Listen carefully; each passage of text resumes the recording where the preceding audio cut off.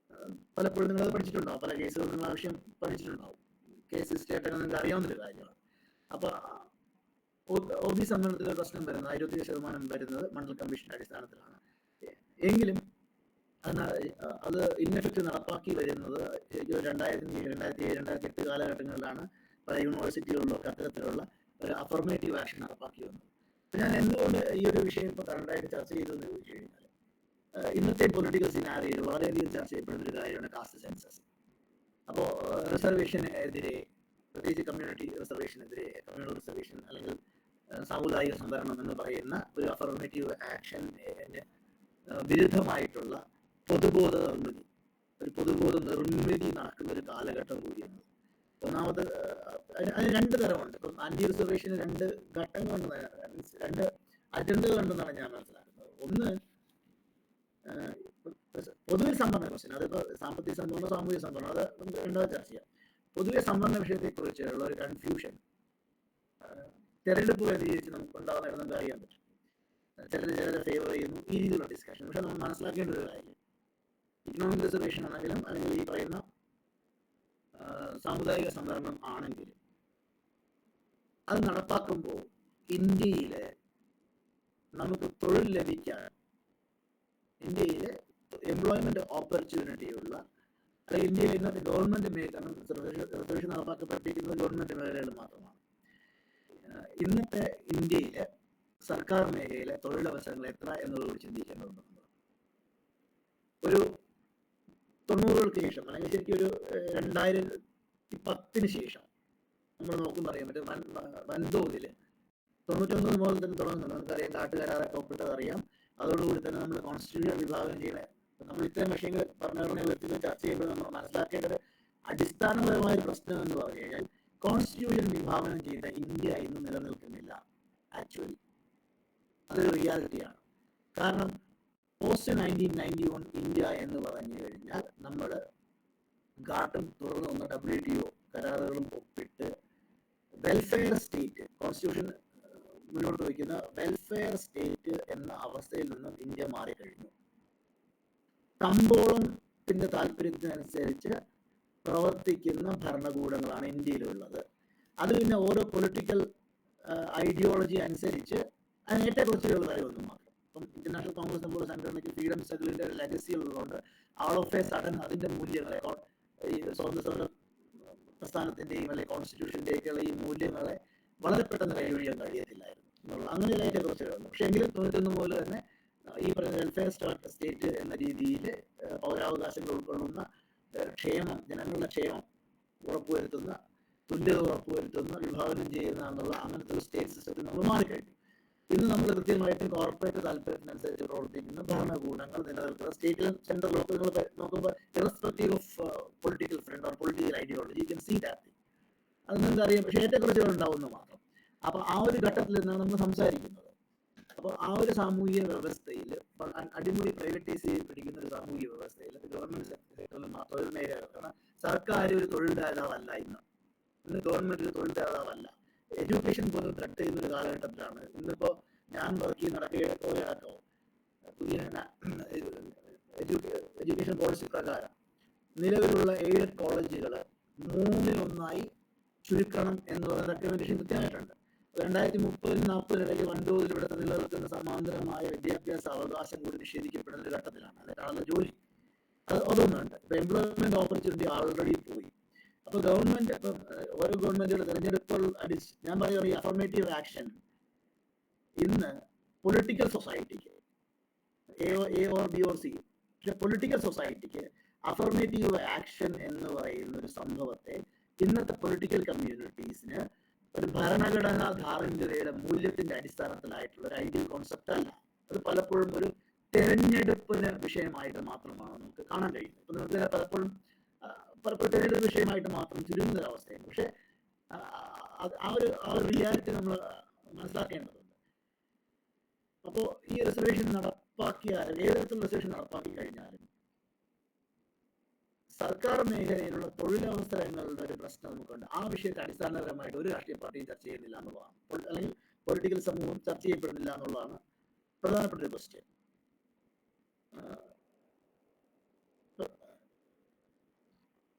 ഒരു government as an employer എന്ന നിലയിലുള്ള ഒരു പ്രശ്നം അവിടെ നിലനിൽക്കുന്നുണ്ടെന്നാണ്. ആ ഒരു തിരിച്ചറിവ് സ്റ്റുഡൻസ് ആയിട്ടുള്ള നിങ്ങൾക്ക് അക്കാഡമിഷ്യൻസിനൊക്കെ വേണം. ആ ഒരു ചോദ്യം പലപ്പോഴും റിസർവേഷനെ പറ്റിയിട്ടുള്ള പലതരത്തിലുള്ള എക്കണോമിക് വേണോ, സാമുദായികം വേണോ, സാമ്പത്തികം വേണോ എന്നുള്ള തർക്കങ്ങളിലല്ലാതെ ഇത് നടപ്പാക്കിയാൽ നിങ്ങൾക്ക് അതിനകത്തൊരു അത് ഫലവത്താകണമെന്ന് ഗവൺമെന്റ് മേഖലയിലുള്ള ഓപ്പർച്യൂണിറ്റീസ് ഉണ്ടാവണം. രണ്ട്, പ്രൈവറ്റ് മേഖല, സ്വകാര്യ മേഖലയിൽ കൂടെ എന്ത് ചെയ്യണം, ഈ സാധനം എക്സെന്റ് ചെയ്യപ്പെടണം. ഈ രീതിയിലുള്ള അടിസ്ഥാനപരമായ വിഷയങ്ങൾ ഇവിടുത്തെ പൊളിറ്റിക്കൽ സമൂഹം ചർച്ച ചെയ്യുന്നില്ല, ഒരു ചർച്ചകളിൽ ഉരുത്തിരിഞ്ഞു വരുന്നില്ല എന്നുള്ള ഒരു കൺസേൺ ആണ് ഞാൻ മുന്നോട്ട് വയ്ക്കുന്നത്. അപ്പൊ ഈ അടിസ്ഥാന ക്വസ്റ്റ്യൻ ആണ്, ഇതാണ് അടിസ്ഥാന പ്രശ്നം. അത് കഴിഞ്ഞിട്ട് ഓപ്പർച്യൂണിറ്റി, നിങ്ങൾക്ക് എല്ലാവർക്കും ബസ്സിൽ എൻട്രി ഉണ്ട്, പക്ഷെ സീറ്റില്ല. ബസ്സിൽ എല്ലാവർക്കും കിട്ടുന്നുണ്ട് അല്ലേ എന്ന് പറഞ്ഞ രീതിക്കാണ്. പക്ഷെ അടിസ്ഥാനപരമായിട്ടുള്ള ഈ ഒരു പ്രശ്നം, പൗരന് തൊഴിൽ ലഭിക്കണം, വിദ്യാസമ്പന്നർക്ക് തൊഴിൽ ലഭിക്കണം, അഭ്യസ്ത വിദ്യ ആൾക്കാർക്ക് തൊഴിൽ അവസരങ്ങൾ സൃഷ്ടിക്കപ്പെടുക, ഇവർ ഉദ്ഘോഷിക്കുന്ന കോർപ്പറേറ്റ് മെക്കാനിസത്തിനകത്ത് എത്രമാത്രം തൊഴിൽ സാധ്യതയുണ്ട്, ഇങ്ങനെയൊക്കെയുള്ള പ്രശ്നങ്ങളുണ്ട്. അപ്പൊ ഈ അടിസ്ഥാനപരമായ വിഷയങ്ങൾ ചർച്ച ചെയ്യപ്പെടുന്നില്ല എന്നുള്ളതാണ്. അതുകൊണ്ട് തന്നെ ഈ ഒരു മാറിയ സാഹചര്യത്തിൽ നമ്മൾ ഈ ഭരണഘടന അംബേദ്കർ വിഭാവനം ചെയ്ത കാലത്തുള്ള ഭരണഘടന മുന്നോട്ട് വെച്ചുള്ള ഇന്ത്യയിൽ നിന്നും അടിസ്ഥാനപരമായി തന്നെ ഒരു ട്രാൻസ്ഫോർമേഷൻ സംഭവിക്കുമ്പോഴാണ് നമ്മൾ ചർച്ച ചെയ്യപ്പെടുന്നത് എന്നുള്ളൊരു പ്രശ്നം കൂടിയുണ്ട്. അതുകൊണ്ട് തന്നെ ഈ കോൺസ്റ്റിറ്റ്യൂഷനെ പറ്റിയുള്ള ചർച്ചകൾ നമ്മൾ ചെയ്യുമ്പോൾ തന്നെ എത്രമാത്രം ഇന്നത്തെ ഒരു രാഷ്ട്രീയ വ്യവസ്ഥയിൽ, ഇന്നത്തെ ഒരു പൊളിറ്റിക്കൽ ഇക്കോണമി, ശരിക്കും അതിന്റെ വേർഡ് അങ്ങനെയാണ്, ആ ഒരു പൊളിറ്റിക്കൽ എക്കോണമിയെ കൂടി പുതുക്കിപ്പണിഞ്ഞുള്ള ചർച്ചയില്ലാതെ ഉപരിപ്ലവമായിട്ടുള്ള സാമ്പത്തികം സാമൂഹികം എന്നുള്ളതിനുള്ള ബൈനറികൾക്കുള്ളിൽ മാത്രം ചർച്ചകൾ ഒതുങ്ങുന്നു എന്നുള്ള പ്രശ്നമുണ്ട്. അതൊന്നാമത്തെ കാര്യം. പിന്നെ രണ്ട്, ഈ സാമുദായിക സംവരണത്തിന്റെ പ്രശ്നം എന്ന് പറഞ്ഞു കഴിഞ്ഞാൽ ഞാൻ നേരത്തെ പറഞ്ഞതുപോലെ ഓൾറെഡി നിയമനിർമ്മാണ മേഖലകൾ, ഡിസിഷൻ മേക്കിങ്ങിന്റെ അവസ്ഥയിലൊക്കെ സ്വാഭാവികമായിട്ടും ആൾക്കാർക്ക് സോഷ്യൽ സബ്ജക്റ്റിവിറ്റി വരാം, വളരെ കൃത്യമായിട്ട് വരാം, റിലീജിയസ് സബ്ജക്റ്റിവിറ്റി വരാം. അപ്പോൾ ഈ തുല്യത എന്ന നിലയിൽ ആൾക്കാർ പങ്കെടുക്കണമെങ്കിൽ, പരിഗണിക്കപ്പെടണമെങ്കിൽ, തുല്യത എന്ന രീതിയിൽ പരിഗണിക്കപ്പെടണമെങ്കിൽ, എല്ലാവർക്കും അവസര സമത്വം ഉറപ്പുവരുത്തപ്പെടണമെങ്കിൽ അതിന്റെ ഡിസിഷൻ മേക്കിംഗ് ബോഡിക്കുള്ളിൽ ഇന്ത്യയിലെ എല്ലാ സാമൂഹിക വിഭാഗങ്ങളുടെയും പ്രാതിനിധ്യം വളരെ ക്വസ്റ്റ്യനാണ്. ആ ഒരു പ്രാതിനിധ്യം ഉണ്ടെങ്കിൽ മാത്രമേ, ഇപ്പൊ നമുക്കറിയാം, ഞാൻ നേരത്തെ സൈമൺ കമ്മീഷനെ കുറിച്ച് സൂചിപ്പിച്ചിരുന്നു. എന്താ സൈമൺ കമ്മീഷൻ വന്നപ്പോൾ ഗാന്ധിയും കോൺഗ്രസും റിജക്ട് ചെയ്യാൻ കാരണം? Because it was an all white commission അല്ലെ. ഇന്ത്യക്ക് വേണ്ടി നിയമമുണ്ടാക്കാനായിട്ട് ബ്രിട്ടീഷുകാർ അപ്പോയിന്റ് ചെയ്ത ഒരു കമ്മിറ്റി ഇന്ത്യക്കാർക്ക് വേണ്ടിയുള്ള നിയമം ഉണ്ടാക്കുമ്പോൾ ആ കമ്മിറ്റിയിൽ ഇന്ത്യക്കാരൻ അംഗമല്ല. അതായത് ആ കമ്മിറ്റിയുടെ ഏജൻസി, കർത്തൃത്വം മൊത്തം ബ്രിട്ടീഷുകാർക്കാണ്. അപ്പം ബ്രിട്ടീഷുകാർ വളരെ പെറ്റേണലിസ്റ്റിക് ആയിട്ട് നിങ്ങൾക്ക് ഇത് മതി എന്നുള്ളത് അവർ നിശ്ചയിക്കുന്ന ഒരു പ്രശ്നമുണ്ട്. അപ്പൊ ഇന്ത്യക്കാരന്റെ ഏജൻസിക്ക് പകരം ഒരു വൈറ്റ് മാനിന്റെ ഏജൻസിയിൽ ഇന്ത്യക്ക് വേണ്ടിയിട്ടുള്ള ഭരണപരിഷ്കാരങ്ങൾ ചെയ്യുന്നു എന്നിടത്താണ് ഗാന്ധിജി എന്ത് ചെയ്യുന്നത്, സൈമൺ കമ്മീഷനോട് വിയോജിക്കുന്നതിനോട് ഗോ ബാക്ക് പറയുന്നത്. പക്ഷേ the very same Gandhi round table conference, second round table conference നടക്കുന്ന സമയത്ത് എന്ത് ചെയ്യുന്നുണ്ട്, ഗാന്ധിജി റിലീജിയസ് ക്വസ്റ്റ്യൻ അദ്ദേഹം അഡ്രസ് ചെയ്തിട്ട്, കാരണം ഹിന്ദുവിനെ പോലെ തന്നെയാണ് മുസ്ലിങ്ങളുടെ റെപ്രസെന്റേഷൻ ക്വസ്റ്റ്യൻ അഡ്രസ് ചെയ്യുകയും അവരുടെ സെപ്പറേറ്റ് ഇലക്ട്രേറ്റും റിസർവേഷന്റെ കാര്യങ്ങളൊക്കെ ഗാന്ധി കൃത്യമായിട്ട് എന്ത് ചെയ്യുന്നുണ്ട്, അതിനോട് എഗ്രി ചെയ്യുന്നു. എന്നാൽ ഡിപ്രസ്ഡ് ക്ലാസിന്റെ കാര്യം വരുമ്പോൾ എന്ത് ചെയ്യുന്നുണ്ട്, അംബേദ്കറോട് ഗാന്ധി വിയോജിക്കുന്നുണ്ട്. അപ്പോൾ കോൺഗ്രസ് റെപ്രസെന്റ്സ് ദി അൺടച്ചബിൾ എന്നാണ് ഗാന്ധി മുന്നോട്ട് വയ്ക്കുന്നത്. അപ്പോൾ നേരത്തെ സൈമൺ കമ്മീഷന്റെ കേസിൽ, ഓൾ വൈറ്റ് കമ്മീഷന്റെ കേസിൽ ഇന്ത്യക്കാരന്റെ ഏജൻസി എക്സസൈസ് ചെയ്യാൻ ആളില്ല, അവർ ആൾ വൈറ്റ് കമ്മീഷൻ എന്ന് പറഞ്ഞ ഗാന്ധി ദളിതരുടെ ഇടയിൽ നിന്ന് തന്നെ അവരുടെ ഏജന്റായിട്ട് അംബേദ്കർ വരുമ്പോൾ അംബേദ്കറിന്റെ ഏജൻസിയെ നിരാകരിക്കുന്ന ഒരു വൈരുദ്ധ്യം നമുക്ക് കാണാൻ പറ്റും. ഞാൻ എന്തുകൊണ്ട് ഐസോറിക് കോൺടെക്സ്റ്റ് പറയുമെന്ന് പറഞ്ഞാൽ, ഇന്ന് നമ്മൾ നിയമനിർമ്മാണ സഭയിലായിക്കോട്ടെ, ഒഫീഷ്യൽ ഡിസിഷൻ മേക്കിംഗ് സ്ഥലത്ത് ആയിക്കോട്ടെ, ഇന്ത്യയിലെ വ്യത്യസ്ത വിഭാഗങ്ങളുടെ പ്രാതിനിധ്യമില്ലെങ്കിൽ അവരുടെ ഏജൻസി ഡോമിനേറ്റ് ആയിട്ടുള്ള സാമൂഹിക വിഭാഗങ്ങൾ എക്സസൈസ് ചെയ്യുന്ന ഒരു സാഹചര്യം ഉണ്ടായാൽ ഡെഫിനറ്റ്ലി അവിടെ നിന്ന് ഈ പറയുന്ന സാമൂഹികമായിട്ടുള്ള ഇനിക്വാലിറ്റി ഉണ്ടാവും, അസന്തുലിതാവസ്ഥ ഉണ്ടാവും. അവിടെയാണ് നീതി എന്ന് പറയുന്നത്, ജസ്റ്റിസ് എന്ന് പറയുന്ന സങ്കല്പം ഒരിക്കലും ബോധിയാതെ വരും. അപ്പൊ ആ സാമൂഹിക രീതി അവിടെയാണ് അംബേദ്കർ മുന്നോട്ട് വയ്ക്കുന്ന ഈ ഒരു അഫർമേറ്റീവ് ആക്ഷൻ അല്ലെങ്കിൽ റിസർവേഷൻ എന്ന് പറയുന്ന ഒരു ആസ്പെക്ടിന്റെ പ്രസക്തി കിടക്കുന്ന അവിടെയാണ്. കാരണം ഇന്ത്യ ഒരു മൾട്ടികൾച്ചറൽ സൊസൈറ്റിയാണ്, വ്യത്യസ്ത മതജാതി വിഭാഗങ്ങളുണ്ട്. യാതൊരു സംവരണമോ അല്ലെങ്കിൽ യാതൊരു അഫർമേറ്റീവ് ആക്ഷനും ഇല്ലാതെ തന്നെ ഡോമിനന്റ് കമ്മ്യൂണിറ്റിയിലുള്ള ആൾക്കാർക്ക് നിയമസഭയിലും നിയമനിർമ്മാണ സഭകളിലും പബ്ലിക് ഓഫീസുകളിലും ബ്യൂറോക്രസികളിലും ഒക്കെ കൃത്യമായിട്ടുള്ള പ്രാതിനിധ്യം ഓൾറെഡി ഉണ്ട്. അത് ജനസംഖ്യാനുപാതികമായി നോക്കിക്കഴിഞ്ഞാൽ ഇവിടുത്തെ എലീറ്റ് സെക്ഷന്റെ ജനസംഖ്യയുടെ 2-3 മടങ്ങ് പ്രാതിനിധ്യം ഇത്തരം വേദികളിൽ ഉണ്ടാകുന്നതായി നിങ്ങൾക്ക് കാണാൻ കഴിയും. എന്നാൽ സാമുദായിക സമ്മതം ഉറപ്പുവരുത്തിയിട്ടുള്ള സമുദായങ്ങൾക്ക് പോലും അവരുടെ ജനസംഖ്യാനുപാതികമായിട്ട് ഉള്ള അവരുടെ പ്രാതിനിധ്യം ഈ പറയുന്ന ഡിസിഷൻ മേക്കിംഗ് ബോഡിയിലില്ല. അതുകൊണ്ട് തന്നെ ഞാൻ നേരത്തെ പറഞ്ഞ ഒരു ഓൾവൈറ്റ് കമ്മീഷൻ എങ്ങനെ ഇന്ത്യൻ കോൺസ്റ്റിറ്റ്യൂഷൻ ഉണ്ടാക്കിയാൽ ഇന്ത്യക്കാരെ ബാധിക്കും എന്നതുപോലെ തന്നെ ഈ ഒരു എല്ലാ ഡിസിഷൻ മേക്കിംഗ് ബോഡിക്കകത്ത് നിയമനിർമ്മാണ സഭകളിനകത്ത് കൃത്യമായിട്ടുള്ള സാമൂഹിക പ്രാതിനിധ്യം ഇല്ലെങ്കിൽ അവിടെ ഉണ്ടാകുന്ന തീരുമാനങ്ങൾ എന്താവില്ല. It may not be favourable for ensuring equity and equality for the people who are already lacking social justice എന്നുള്ളതാണ്. അപ്പോൾ നേരത്തെ തന്നെ സാമൂഹിക നീതി നിരസിക്കപ്പെടുന്ന ചില വിഭാഗങ്ങളെ സംബന്ധിച്ചിടത്തോളം അത് നിഷേധിക്കപ്പെടും. ഈ ഒരു കോണ്ടെക്സ്റ്റിലാണ് നമ്മൾ വർത്തമാനകാല ഇന്ത്യയിലെ കാസ്റ്റ് സെൻസസ് അടക്കമുള്ള കാര്യങ്ങളെ ചർച്ച ചെയ്യപ്പെടേണ്ടത്. കാസ്റ്റ് സെൻസസ് ഉണ്ടാകുമ്പോഴെന്ന് പറയാൻ കഴിയുമ്പോൾ സംവരണ മേഖലയിൽ തന്നെ ഇപ്പം OBC ആയിക്കോട്ടെ, SC ST വിഭാഗങ്ങളായിക്കോട്ടെ, ഇതിനുള്ള തന്നെ വ്യത്യസ്ത കമ്മ്യൂണിറ്റികളുണ്ട്. ചിലർക്ക് കുറച്ച് മൊബിലിറ്റി വന്നിട്ടുണ്ട്, മറ്റുള്ളവർക്ക് മൊബിലിറ്റി വരാതിരിക്കുന്നുണ്ട്. അപ്പൊ അതുകൊണ്ട് തന്നെ ഒരു കൃത്യമായിട്ടുള്ള ഒരു കാസ്റ്റ് സെൻസസ് നടപ്പാക്കുകയും എല്ലാ കമ്മ്യൂണിറ്റി ഇതുവരെ ബെനിഫിറ്റ് ലഭിക്കാത്ത എല്ലാ കമ്മ്യൂണിറ്റിക്കകത്തും അതിനകത്ത് തന്നെ സോകോൾഡ് ഫോർവേഡ് കാസ്റ്റുകൾക്ക് പ്രാതിനിധ്യം കുറവാണെങ്കിൽ കൃത്യമായിട്ടും അവരെയും പരിഗണിക്കപ്പെടേണ്ടതുണ്ട്. ആ രീതിയിൽ എന്താണ് ജനസംഖ്യാനുപാതികമായി എല്ലാ സാമൂഹിക വിഭാഗങ്ങളിലെയും പ്രാതിനിധ്യം എന്നാണ് പ്രാതിനിധ്യ സങ്കല്പമാണ് അഫർമേറ്റീവ് ആക്ഷൻ എന്ന നിലയിൽ കോൺസ്റ്റിറ്റ്യൂഷനിൽ ഉൾക്കൊള്ളിച്ചിട്ടുള്ളത്. അംബേദ്കറിന്റെ ഐഡിയ ഓഫ് സോഷ്യൽ ജസ്റ്റിസ് എന്ന് പറയുന്ന equality of all, it is not meant for a particular community എന്നുള്ളത് നമുക്ക് കാണാൻ കഴിയുന്നതാണ്. അപ്പൊ അവിടെയാണ്. പക്ഷെ എന്നാൽ അത് വല്ലാണ്ട് വളരെ രീതിയിൽ ഇപ്പൊ ഫെഡറലിസത്തെ കുറിച്ച് പറയുമ്പോൾ അംബേദ്കർ സെലിബ്രേറ്റഡ്. കാരണം പല സ്റ്റേറ്റ് ലെവലുള്ള പല പൊളിറ്റിക്കൽ പാർട്ടിക്ക് എന്താണ് സെൻട്രൽ സ്റ്റേറ്റ് റിലേഷൻഷിപ്പിന്റെ ഒരു പ്രത്യേക പരിസ്ഥിതിയിൽ ഫെഡറലിസത്തെ കുറിച്ചുണ്ട്. പക്ഷേ ഈ കോൺസ്റ്റിറ്റ്യൂഷൻ മൊറാലിറ്റി നമ്മൾ പിക്ക് ചെയ്യുമ്പോൾ, കോൺസ്റ്റിറ്റ്യൂഷൻ മൊറാലിറ്റിയെ പറ്റി നമ്മൾ സംസാരിക്കുമ്പോൾ പലപ്പോഴും അല്ലെങ്കിൽ അംബേദ്കറിന്റെ ആശയങ്ങളെ പറ്റി നമ്മൾ സംസാരിക്കുമ്പോൾ നമ്മൾ പലപ്പോഴും ഒരു ചെറിയ പിക്കിംഗ് ആണ് എടുക്കുന്നത്. സെൻട്രൽ സ്റ്റേറ്റ് റിലേഷൻഷിപ്പ് വരുമ്പോൾ കോൺസ്റ്റിറ്റ്യൂഷനെ കുറിച്ച് വളരെയധികം സംസാരിക്കും. എന്നാൽ അഫർമേറ്റീവ് ആക്ഷന്റെ കാര്യം വരുന്ന സമയത്ത് രാഷ്ട്രീയ പാർട്ടികൾക്ക് സത്യസന്ധമായ അഭിപ്രായം പറയില്ല. കാരണം എന്താ പറഞ്ഞാൽ അവർ നമ്മൾ തിരഞ്ഞെടുപ്പ് പ്രശ്നം മാത്രമാണ്. അപ്പൊ വസ്തുതകളുടെ അടിസ്ഥാനത്തിൽ അല്ലെങ്കിൽ റിയാലിറ്റിയുടെ അടിസ്ഥാനത്തിൽ കൃത്യമായിട്ടുള്ള ഡയലോഗുകൾ, കൃത്യമായിട്ടുള്ള ഡിസ്കഷൻസ് ഇനിഷ്യേറ്റ് ചെയ്യാനായിട്ട് ഇവിടുത്തെ പൊളിറ്റിക്കൽ കമ്മ്യൂണിറ്റി ഭയക്കണം.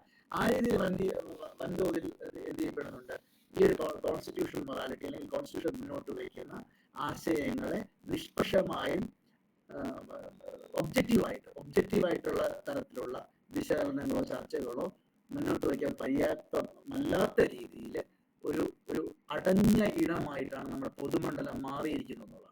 അപ്പൊ അതുകൊണ്ടാണ് ഈ ഒരു കോണ്ടെക്സ്റ്റിലാണ് ഞാൻ ഈ അഫർമേറ്റീവ് ആക്ഷനെ ഊന്നിക്കൊണ്ടുള്ള അംബേദ്കറിന്റെ സാമൂഹിക നീതി സങ്കല്പങ്ങളെ കുറിച്ച് ഇത്രയും സമയം നിങ്ങളോട് സംസാരിക്കാനായിട്ട് എന്ന് വിചാരിച്ചത്. ഇതോടുകൂടി ഞാൻ എൻ്റെ ഈ ഒരു പ്രസന്റേഷൻ അവസാനിപ്പിക്കുകയാണ്. നമുക്ക് ചർച്ചയിലേക്ക് കടക്കാം. Thank you very much.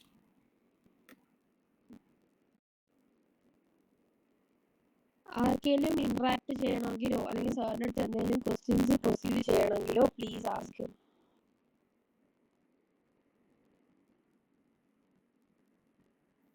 Sir, എനിക്കൊരു സംശയമുണ്ട്.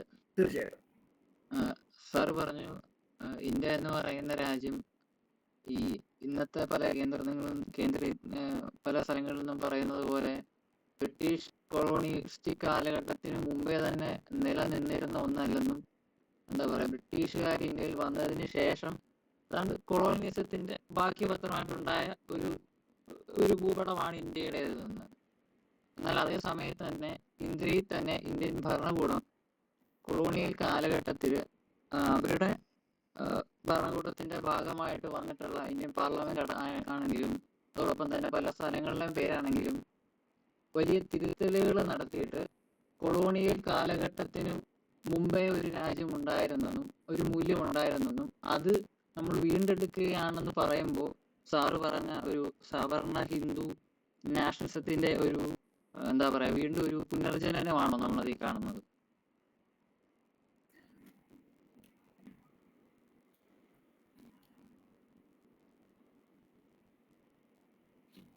ഞാൻ പറഞ്ഞത്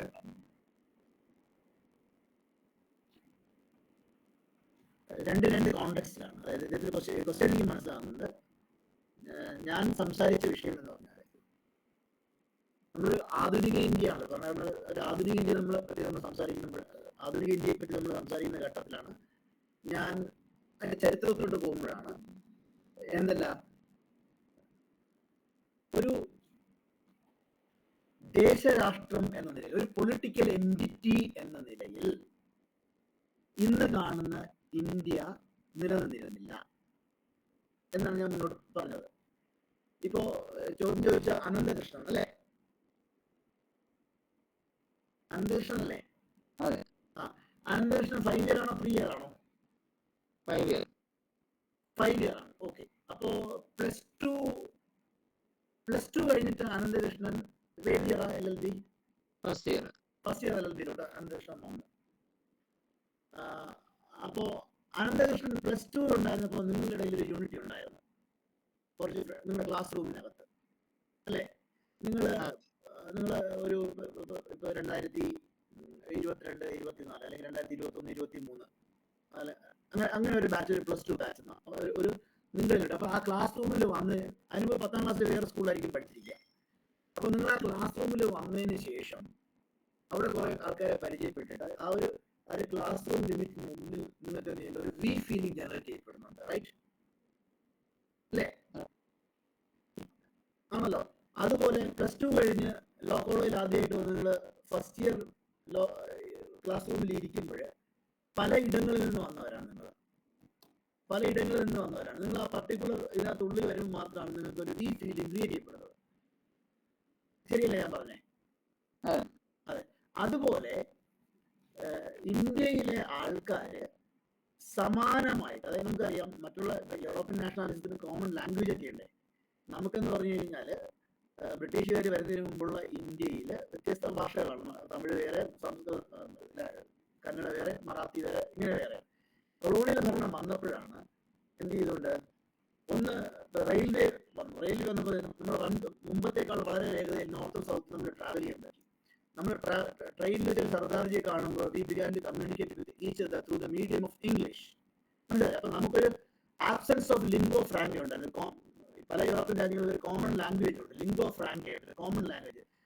ജർമ്മൻ നാഷണലിസത്തിന് ജർമ്മൻ ലാംഗ്വേജ് ഉണ്ടായിരുന്നു, ഇംഗ്ലീഷുകാർക്ക് ഇംഗ്ലീഷ് ഉണ്ടായിരുന്നു, ഫ്രഞ്ചുകാർക്ക് ഫ്രഞ്ച് ഭാഷ ഉണ്ടായിരുന്നു. ഇന്ത്യക്കാർക്ക് ലിംഗോ ഫ്രാങ്ക് ഇല്ല. ഹിന്ദി വരുമ്പോൾ പോലും ഹിന്ദിയോട് കൃത്യമായിട്ടുള്ള എതിർപ്പുകളുണ്ട്. അതിൻ്റെതായിട്ടുള്ള ഹിസ്റ്റോറിക്കൽ ആൻഡ് ജോഗ്രഫിക്കൽ റീസൺസ് ഉണ്ട്, സോഷ്യൽ റീസൺസും ഉണ്ട്. അപ്പൊ നമ്മൾ ശരിക്കും ഇംഗ്ലീഷ് ഭാഷയിലൂടെയാണ് നോർത്തും സൗത്തും ഈസ്റ്റും വെസ്റ്റും കമ്മ്യൂണിക്കേറ്റ് ചെയ്തിട്ട് കൊളോണിയലിസത്തിന്റെ ബിറ്റർ എക്സ്പീരിയൻസ് ഷെയർ ചെയ്തിട്ട് ആ ഒരു വി ഫീലിംഗ് നമുക്ക് ഇന്ത്യയിൽ ഉണ്ടാകുന്നത്. നമ്മൾ ഇന്ന് കാണുന്ന ഒരു ജോഗ്രഫിക്കൽ ഏരിയയ്ക്കുള്ള ജനവിഭാഗങ്ങൾക്കിടയിൽ ഒരു വി ഫീലിംഗ് ഉണ്ടാകുന്നത് കൊളോണിയൽ ഭരണം വരുമ്പോഴാണെന്നാണ് ഞാൻ പറഞ്ഞത്. മനസ്സിലായില്ലേ?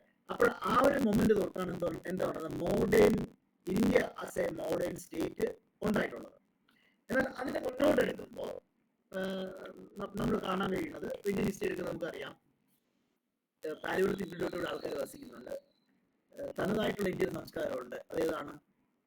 Indus valley civilisation. അത് ദ്രവീഡിയൻ കൾച്ചറാണ്. ഇൻഡസ് വാലിയുടെ പല അവശിഷ്ടങ്ങളും കണ്ടെത്തിയ പ്രദേശങ്ങളൊക്കെ ഇന്നത്തെ പാകിസ്ഥാൻ ലാഹോർ ഡിസ്ട്രിക്റ്റിലൊക്കെയാണ്. പല സിന്ധു അതിന്റെ 5 ട്രിബ്യൂട്ടറീസ്, ചലം, ചിനാബ്, അറേബ്യ, സത്ലജ്, ഈ റിവർ ബേസിന്റെ ആയിട്ട് വ്യാപിച്ചുള്ള എക്സ്റ്റൻസീവ് കൾച്ചറാണ്. അതിനുശേഷം ആര്യൻ മൈഗ്രേഷന്റെ കാര്യം നമ്മൾ പറയുന്നുണ്ട്. അതായത് 6th century BC Mahajanapadas develop ചെയ്യുന്നുണ്ട്. അതിൽ നിന്ന് മഗധ ഒരു വലിയ എംപയർ ആയിട്ട് മാറുന്നുണ്ട്.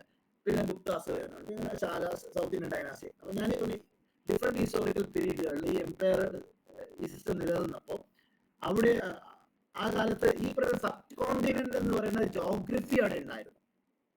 സബ് കോണ്ടിനെന്റ് എന്ന് പറയുന്ന ഒരു ജോഗ്രഫി ഇന്ത്യയിൽ അവിടെ ഉണ്ടായിരിക്കുകയും എന്നാൽ അതിന്റെ പൊളിറ്റിക്കൽ ബൗണ്ടറീസ് ഇന്ന് കാണുന്ന രീതിയിലല്ല. ഇപ്പൊ കേരളം തന്നെ എടുത്തു നോക്കും. കേരളം തന്നെ ഈ പറയുന്ന വേണാടാണ് ഉണ്ടായത്. വേണാട് രാജനായ മാർത്താണ്ഡവർമ്മ കായംകുളവും കൊട്ടാരക്കരയും ഒക്കെ പിടിച്ചടക്കിയിട്ടാണ് തിരുവിതാംകൂർ വരുന്നത്. ആ തിരുവിതാംകൂറും കൊച്ചിയും മലബാറും ചേർന്നിട്ടാണ് കേരളം ഉണ്ടാകുന്നത്. മനസ്സിലായില്ലേ?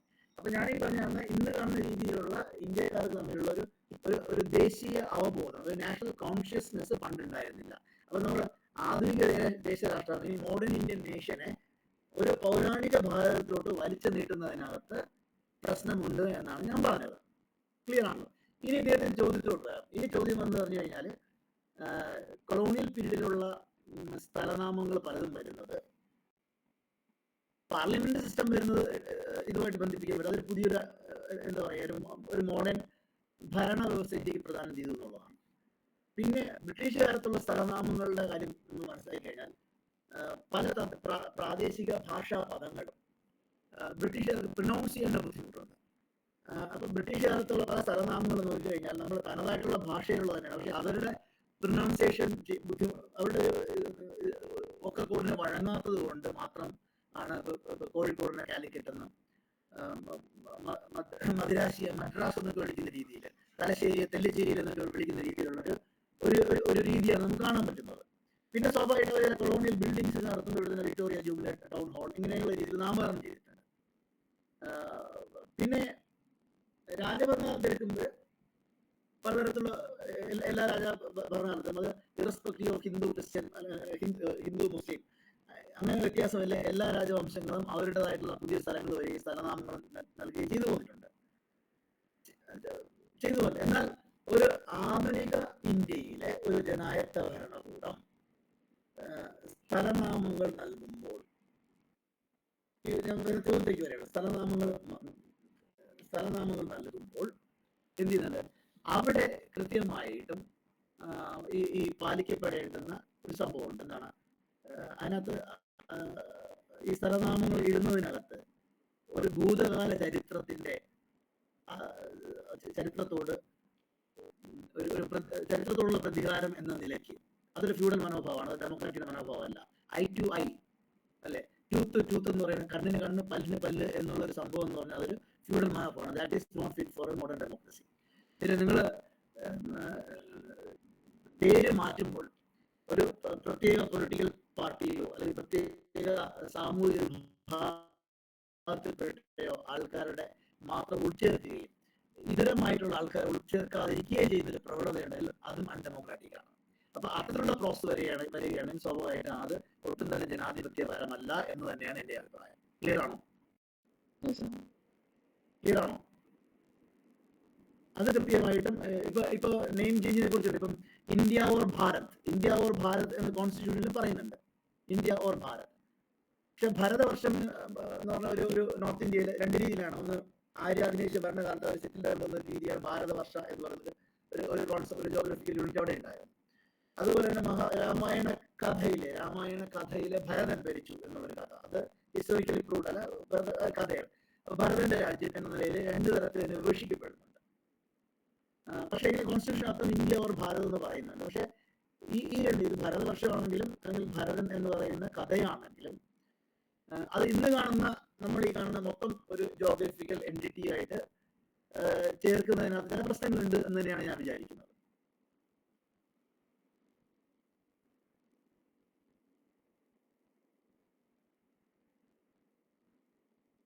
Sir, good evening sir. Good evening, please. Sir, എന്റെ ചോദ്യം ഇല്ല, ഒരു അഭിപ്രായമാണ് സർ. തെറ്റെങ്കിൽ ക്ഷമിക്കണം സാർ. ഒരു സെക്കൻഡ്. അഫ്കോഴ്സ് നമ്മള് ഏതൊരു ലെക്ചർ, ഞാനിപ്പോ ഈവൻ ഇപ്പൊ റിസർച്ച് ആർട്ടിക്കിൾ ആണെങ്കിൽ പോലും നമ്മളൊരു സാധനം പ്രസന്റ് ചെയ്ത് കഴിഞ്ഞാൽ കൃത്യമായിട്ടും അതിനോട് എന്തുണ്ടാവും, ക്രിട്ടിക്കലായിട്ടുള്ള സമീപനങ്ങൾ ഉണ്ടാവണം. മനസ്സിലല്ലേ? നിങ്ങൾ ഉന്നയിക്കുന്ന ചോദ്യത്തിൽ നിന്നാണ് ചിലപ്പോൾ പുതിയ നോളജ് ഉണ്ടാവുന്നത്. എപ്പോഴും ഹിസ്റ്ററി പോലുള്ള വിഷയങ്ങൾ അല്ലെങ്കിൽ സാമൂഹ്യശാസ്ത്ര വിഷയങ്ങൾക്കൊക്കെ എന്ത് ചെയ്യുന്നുണ്ട്, പ്രസന്റ് ചെയ്യുന്ന ഒരാള് പ്രസന്റ് ചെയ്ത് കഴിഞ്ഞാൽ അതിനോട് ക്രിട്ടിക്കൽ എൻഗേജ്മെന്റ് ഉണ്ടാവണം. അതിൽ നിന്നാണ് പുതിയ നോളജ് ക്രിയേറ്റ് ചെയ്യപ്പെടുന്നത്. അതുകൊണ്ട് കൃത്യമായിട്ട് ക്ലാസ് റൂമുകൾ ഇങ്ങനെയുള്ള ചർച്ചകൾ വളരെ ജനാധിപത്യപരമായിട്ട് തന്നെ മുന്നോട്ട് പോകണം. വളരെ ഫ്രീ ആയിട്ട് തന്നെ നിങ്ങൾക്ക് എന്നോട് വിയോജിക്കാനുള്ള ഒരു അവകാശമുണ്ട്. വളരെ ഫ്രീ ആയിട്ട് കാരണം ക്രിട്ടിക്കൽ മൈൻഡ് ഉണ്ടാവണം. ഞാൻ ഒന്നുകൂടെ ആഡ് ചെയ്തോട്ടെ. ഇപ്പോൾ നമ്മുടെ ഗുരുസങ്കല്പമുണ്ട് അല്ലെ. നമ്മുടെ ഗുരുസങ്കല്പം എന്ന് പറഞ്ഞാൽ ഭാരതീയമായ ഗുരുസങ്കല്പം എന്ന് പറഞ്ഞാൽ ഗുരുവാണ് അറിവിന്റെ അവസാന വാക്ക്. അതിനപ്പുറമില്ല. ഗുരു പറയുന്നതിന് അപ്പുറമില്ല. പക്ഷെ എനിക്ക് ഈ ഗുരുസങ്കല്പത്തോട് വലിയ ആത്മമതയില്ല അല്ലെ. നമ്മുടെ ഗുരുസങ്കല്പം എന്ന് പറഞ്ഞു കഴിഞ്ഞാൽ ഏകലവ്യന്റെ വിരൽ മുറിച്ച് വാങ്ങുന്ന ഒരു സങ്കല്പം കൂടിയാണ്. പക്ഷെ നിങ്ങൾ വെസ്റ്റേൺ നോക്കിയെടുത്ത് കഴിഞ്ഞാൽ സോക്രട്ടീസ്, പ്ലേറ്റോ, അരിസ്റ്റോട്ടൽ, അലക്സാണ്ടർ, ഈ രീതിയിൽ സോക്രട്ടീസിന്റെ ശിഷ്യനായിരുന്നു പ്ലേറ്റോ, പ്ലേറ്റോയുടെ ശിഷ്യനായിരുന്നു അരിസ്റ്റോട്ടൽ, അരിസ്റ്റോട്ടലിന്റെ ശിഷ്യനായിരുന്നു അലക്സാണ്ടർ. സോക്രട്ടീസ് പഠിപ്പിച്ച സാധനങ്ങളെ തത്ത പറയുന്ന പോലെ ആവർത്തിക്കുകയല്ല പ്ലേറ്റോ ചെയ്തത്. പ്ലേറ്റോ സോക്രട്ടീസിനോട് ചോദ്യങ്ങളാണ് ഉന്നയിക്കുന്നത്. പ്ലേറ്റോ ചെയ്തവയോട് ചോദ്യങ്ങൾ ഉന്നയിച്ചുകൊണ്ടാണ് അരിസ്റ്റോട്ടിൽ വരുന്നത്. അതുകൊണ്ട് എല്ലാ പ്രസന്റേഷൻസിനെയും ക്രിട്ടിക്കലായിട്ടുള്ള ഒരു സമീപനമാണ് നിങ്ങൾ വാങ്ങേണ്ടത്. ഏത് ചരിത്ര പുസ്തകം വായിച്ചു കഴിഞ്ഞാൽ നിങ്ങൾ അതിനകത്ത് ക്രിട്ടിക്കലിയാണ് അതിനെ സമീപിക്കേണ്ടത്. അതുകൊണ്ട് ഇങ്ങനെയുള്ള ചോദ്യങ്ങൾ ഇടപെടുമ്പോൾ ഒരു ക്ഷമാപണത്തിന്റെ ആവശ്യമില്ല. വളരെ ഷാർപ്പായിട്ട് നിങ്ങൾക്ക് എന്റെ അവതരണത്തോട് ക്രിട്ടിക്കാനുള്ള ഫ്രീഡം നിങ്ങൾക്കുണ്ട്. ക്രിറ്റിസിസത്തോട് മാത്രം ഞാൻ നേരത്തെ ആപ്പിൾ എന്തുകൊണ്ട് മുകളിലോട്ട് പോയില്ല എന്നുള്ള അതൊരു എൻഗേജ്മെന്റാണ്. അപ്പോൾ ഞാൻ പറയുന്ന ഒരു ടെക്സ്റ്റ് അല്ലെങ്കിൽ ഞാനൊരു വാദം അല്ലെങ്കിൽ എന്റെ ധാരണകൾ ഇവിടെ അവതരിപ്പിച്ചു എന്റെ റീഡിങ്സിന്റെ അടിസ്ഥാനത്തിൽ. നിശ്ചയമായിട്ടും അതിനോട് പരിപൂർണമായിട്ടും യോജിക്കാനും ചോദ്യം ചെയ്യാനും ആൾട്ടർനേറ്റീവ് ആയിട്ടുള്ള പെർസെപ്ഷൻസും പറയാനും നിങ്ങൾക്ക് സ്വാതന്ത്ര്യമുണ്ട്. അതിലൂടെ മാത്രമേ നമുക്ക് പുതിയ അറിവുകൾ നിർമ്മിച്ചെടുക്കാൻ പറ്റുള്ളൂ. അതുകൊണ്ട് തന്നെ അത് വളരെയധികം സ്വാഗതം ചെയ്യുന്നു. അത് ക്ഷമാപണമല്ല, കൃത്യമായിട്ട് നിങ്ങൾക്ക് നിങ്ങളുടെ ആർഗ്യുമെന്റ്സ് പ്ലേസ് ചെയ്യാം. Thank you, sir. Sir, whatever I have read a little about Ambedkarism, what I have understood is Ambedkar almost diagnosed the disease correctly, sir. Okay. But the medicines he prescribed turned out to be a failure. For example, sir, he was more, what to say, even though we say the Ambedkarism is available all over India. Yeah. The blue colorism is many people are, what to say, trying to don that blue color. But the fact when we go through the history, the fact is that Ambedkarism initially started with the Mahar movement. Then almost he was curtailed within that Maharashtra area only. Even today we see Dalit Panthers, the emergence of Dalit Panthers. We see what has happened to Attavale. Now he is almost a jester in the parliament. So what we see continuously is even K.R. Narayanan for that extent, how Congress deals or how the right wingers deals. Both are always they give some post to them and they make them so significant. They look like, for example, Ambedkar was the drafting committee chairman. He is named as the father of the constitution. But the fact is that almost 6 people, if I am not wrong, were in the drafting committee, and 4 people never reported to Ambedkar, citing some political reasons and health reasons. Finally, Sir, Ambedkar was designated as a drafting committee chairman for our constitution, sir. Okay. And if I'm not wrong, sir, around 6 people were there. Yes. As in the committee. Sir, am I audible, sir? Yes, audible. Continue, please. But I think 4 people never reported to Ambedkar, citing health reasons and political reasons. The election is about to come and we want to intelligence. So what I'm trying to say is that Ambedkar was given a significant position when it was observed that the unity of the so-called depressed classes can be a challenge. For example, Ambedkar says after the Pune Pact, I could see the fangs of Gandhi. He never uttered the word Mahatma throughout his life. Yeah, never. So he has diagnosed correctly that the so-called Hinduistic or the graded inequality mindset is the primary reason for the problems of the faced by the depressed classes. Yes. But when he gives the constitution as, for example, sir, he gives a reservation to the scheduled castes and the scheduled tribes. Of course, he has never used the word scheduled tribes, scheduled castes also. It came through our constitution. He used the untouchable word. But the problem comes is that he gives a reservation for the job. But education is what to say. I don't know how Ambedkar missed it out. And moreover, what is the question? So my question is that whether Ambedkar diagnosed the disease correctly and couldn't give a proper medicine, or the people let down the Ambedkar, sir. We couldn't understand what he's telling, and Ambedkarism failed. Because till today we don't have any single party which represented deprived classes. All over India they are available, but we are we are fragmented, and we could never become a political force. His separate electorate was crushed. Then also people didn't react. I don't know how many people in Maharashtra the reverence they have for Ambedkar will be found in Kerala. So that is my question. That is there. Yes. Okay. See, first of all, Ambedkar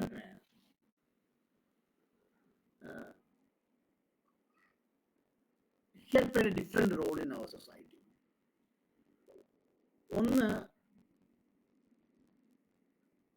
educate, agitate, organise എന്ന് പറഞ്ഞുകൊണ്ട് മഹറിന്റെ ഇടയിൽ നിന്ന് വന്ന വിദ്യാസമ്പന്നൻ എന്ന നിലയിൽ ദളിതുകളെ സംഘടിപ്പിക്കാനുള്ള ഒരു social activism അദ്ദേഹത്തിന്റെ ഒരു റോളാണ് സമൂഹത്തിൽ. അപ്പോൾ ആ ഘട്ടത്തിലാണ് അദ്ദേഹം വളരെ കൃത്യമായിട്ട് പറഞ്ഞത് ഇന്ത്യയിലെ കമ്പാർട്ട്മെന്റലൈസേഷൻ, സോഷ്യൽ കമ്പാർട്ട്മെന്റലൈസേഷൻ അല്ലെങ്കിൽ caste untouchability, all forms of discrimination is rooted in the ideology of Chaturvarnya. Right? That is why he wrote the Annihilation of Caste, denouncing Hinduism completely, outrightly. This is the context. അപ്പോൾ അവിടെ നിങ്ങൾ കാണുന്ന പരിപൂർണമായിട്ടും ദളിതർ ഹിന്ദുമതം ഉപേക്ഷിക്കണം എന്ന നിലയിൽ വളരെ റാഡിക്കലായിട്ട് അത് എഴുതുന്നു. മഹറിനെ ഓർഗനൈസ് ചെയ്യുന്നു, ഡിപ്രസ്ഡ് ക്ലാസ് കമ്മ്യൂണിറ്റി ഉണ്ടാകുന്നു, ഡിഫറെന്റ് കാലയളവിൽ അനുസരിച്ച് പൊളിറ്റിക്കൽ പാർട്ടീസ് ഉണ്ടാക്കുന്നു, മൂക്ക് നായിക്ക് പോലുള്ള അവരുടെ ഒരു മൗത്ത് പീസ് ആയിട്ടുള്ള പത്രങ്ങളിലൂടെ എക്സോട്ട് ചെയ്യുന്നുണ്ട്. ഈ രീതിയിലുള്ള യു ക്യാൻ സി ദളിതരെ ഓർഗനൈസ് ചെയ്യുന്ന ഒരു ആക്ടിവിസ്റ്റ് നിങ്ങൾക്ക് കാണാം. അത് മാത്രമല്ല, മഹൽ സത്യാഗ്രഹ, വെള്ളം എടുക്കാൻ വേണ്ടിയിട്ടുള്ള മഹൽ സത്യാഗ്രഹ നടത്തുന്നുണ്ട്. അത് അംബേദ്കറിന്റെ ഓൺ എൻഡിൽ. നെക്സ്റ്റ്, നിങ്ങൾ കോൺസ്റ്റിറ്റ്യൂഷണൽ മേക്കർ എന്ന നിലയിൽ നിങ്ങൾ അംബേദ്കറെ കാണുമ്പോൾ, ഞാൻ നേരത്തെ പറഞ്ഞല്ലോ, അനിഹിലേഷൻ ഓഫ് കാസ്റ്റ് എന്ന് പറയുന്ന കൃതിക്കകത്ത് പരിപൂർണമായിട്ടും അംബേദ്കറിൽ നിന്ന് ഹിന്ദു മതത്തെ തള്ളിക്കളയുകയാണ് ചെയ്യുന്നത്. ദളിതരുടെ പിന്നീട് അദ്ദേഹം മതം മാറുന്നെങ്കിലും അദ്ദേഹത്തിന്റെ ലൈഫിൽ ഉടനീളം ഹിന്ദു മതത്തോട് സന്ധിയില്ലാത്ത രീതിയിലുള്ള ഒരു സമരം ചെയ്യുന്നുണ്ട്, അംബേദ്കർ നടത്തുന്നുണ്ട്. But the very same man, when he entered into the domain of constitution making, ആ സമയത്ത് അംബേദ്കർ ചെയ്ത് പറയുന്നത് പറഞ്ഞാൽ അവിടെ നിങ്ങൾക്ക് അവിടെ ആക്ടിവിസ്റ്റിന്റെ വോയിസ് കാണാൻ പറ്റില്ല. Because he was utterly A true democrat. കാരണം നിങ്ങൾക്ക് അറിയാം, ഇപ്പോൾ ശബരിമല ഇഷ്യൂ വന്നപ്പോൾ തന്നെ ഇന്ത്യയില് മതം പ്രാക്ടീസ് ചെയ്യാനും മതത്തിൽ വിശ്വസിക്കാനും മതം പ്രചരിപ്പിക്കാനും ഉള്ള അവകാശം ഇന്ത്യൻ പൗരന് നൽകുന്നത് കോൺസ്റ്റിറ്റ്യൂഷനാണ്, അല്ലെ? അപ്പോ ഹിന്ദുമതം ഉൾപ്പെടെയുള്ള എല്ലാ മതത്തിലും പൗരന് വിശ്വസിക്കാനും പ്രാക്ടീസ് ചെയ്യാനും അത് പ്രചരിപ്പിക്കാനും ഉള്ള അവകാശം കോൺസ്റ്റിറ്റ്യൂഷൻ ഗ്യാരണ്ടി ചെയ്യുന്നുണ്ട്. അതേസമയം at personal level Ambedkar was an ardent, എന്താ പറയുക,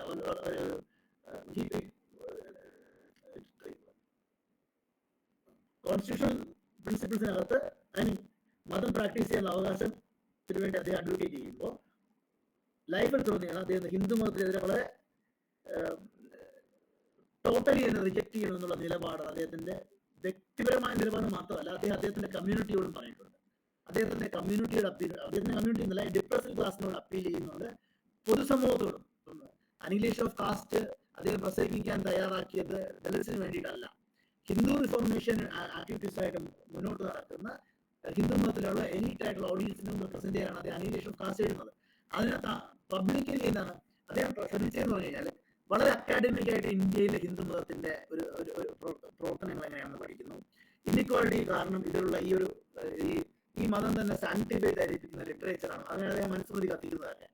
അപ്പൊ ആ രീതിയിൽ എന്താണ് ഇന്ത്യയിലെ ഇൻഇക്വാളിറ്റിക്ക് കാരണം ഇതാണ് എന്ന് ദളിതരെ മാത്രമല്ല ഇന്ത്യയിലെ മൊത്തം ജനങ്ങളെയും അവബോധം ഉണ്ടാക്കാനായിട്ടുള്ള ഒരു ആക്ടിവിസ്റ്റ് പ്രവർത്തനങ്ങൾ മുഴുകി അംബേദ്കർ നിങ്ങൾക്ക് കാണാം.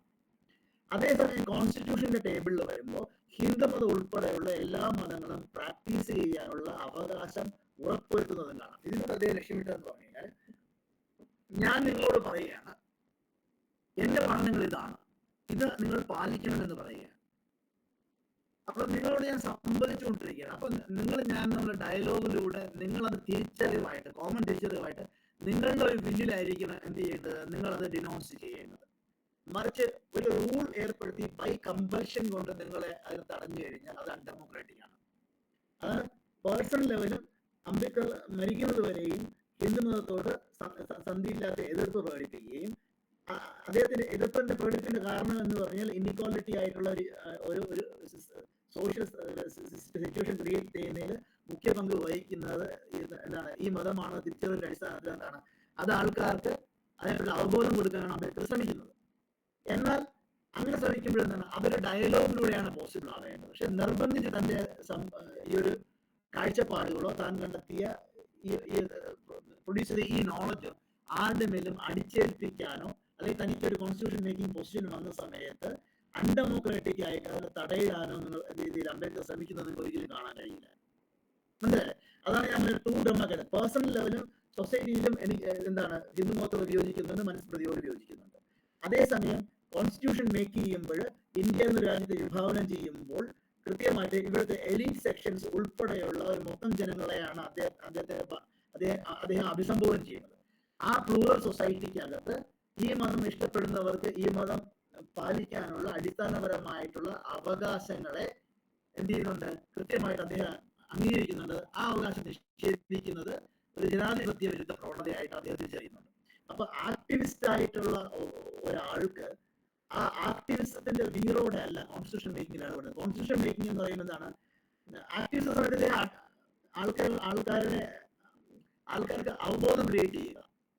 ഈ പ്രോസസ് ശരിയല്ല, നമ്മൾ നാളുകളെ പിന്തുടരുന്ന രീതി ശരിയല്ല, ഇത് മനുഷ്യനെ ഭിന്നിപ്പിക്കുന്ന ഒന്നാണ് എന്ന രീതിയിൽ അദ്ദേഹത്തിന് പ്രസംഗിക്കാം, എന്ത് ചെയ്യാം, ആൾക്കാരോട് സംസാരിക്കാം, അവബോധം ജനിപ്പിക്കാം. പക്ഷെ ആൾക്കാരെ സ്വയം അതിൽ നിന്ന് പിന്ത് ചെയ്യണം. അതിന് ഒരു ലെജിസ്ലേറ്റീവ് പ്രോസസ്സിലൂടെ എന്ത് ചെയ്യാൻ പാടില്ല, ആൾക്കാരുടെ സ്വാഭാവികമായിട്ടുള്ള അവകാശങ്ങളെ നിഷേധിക്കാൻ പാടില്ല. അത് ജനാധിപത്യ വിരുദ്ധമാണ്. അപ്പൊ ആ ഒരു സാധനം നിങ്ങൾക്ക് കാണാൻ പറ്റും. അപ്പൊ ഒരു ആക്ടിവിസ്റ്റ് ആയിട്ട് നിലയിൽ അദ്ദേഹം ആദ്യത്തെ നോളജ് കാസ്റ്റിനെ പറ്റിയുള്ള പഠനങ്ങൾ ഇപ്പം 1913 തന്നെ അറിയാം. ദ മെക്കാനിക്സ് ഓഫ് കാസ്റ്റ് എന്ന അദ്ദേഹത്തിന് തീസ് ഉണ്ട്. മറ്റേ ഗോൾഡൻ വൈസർ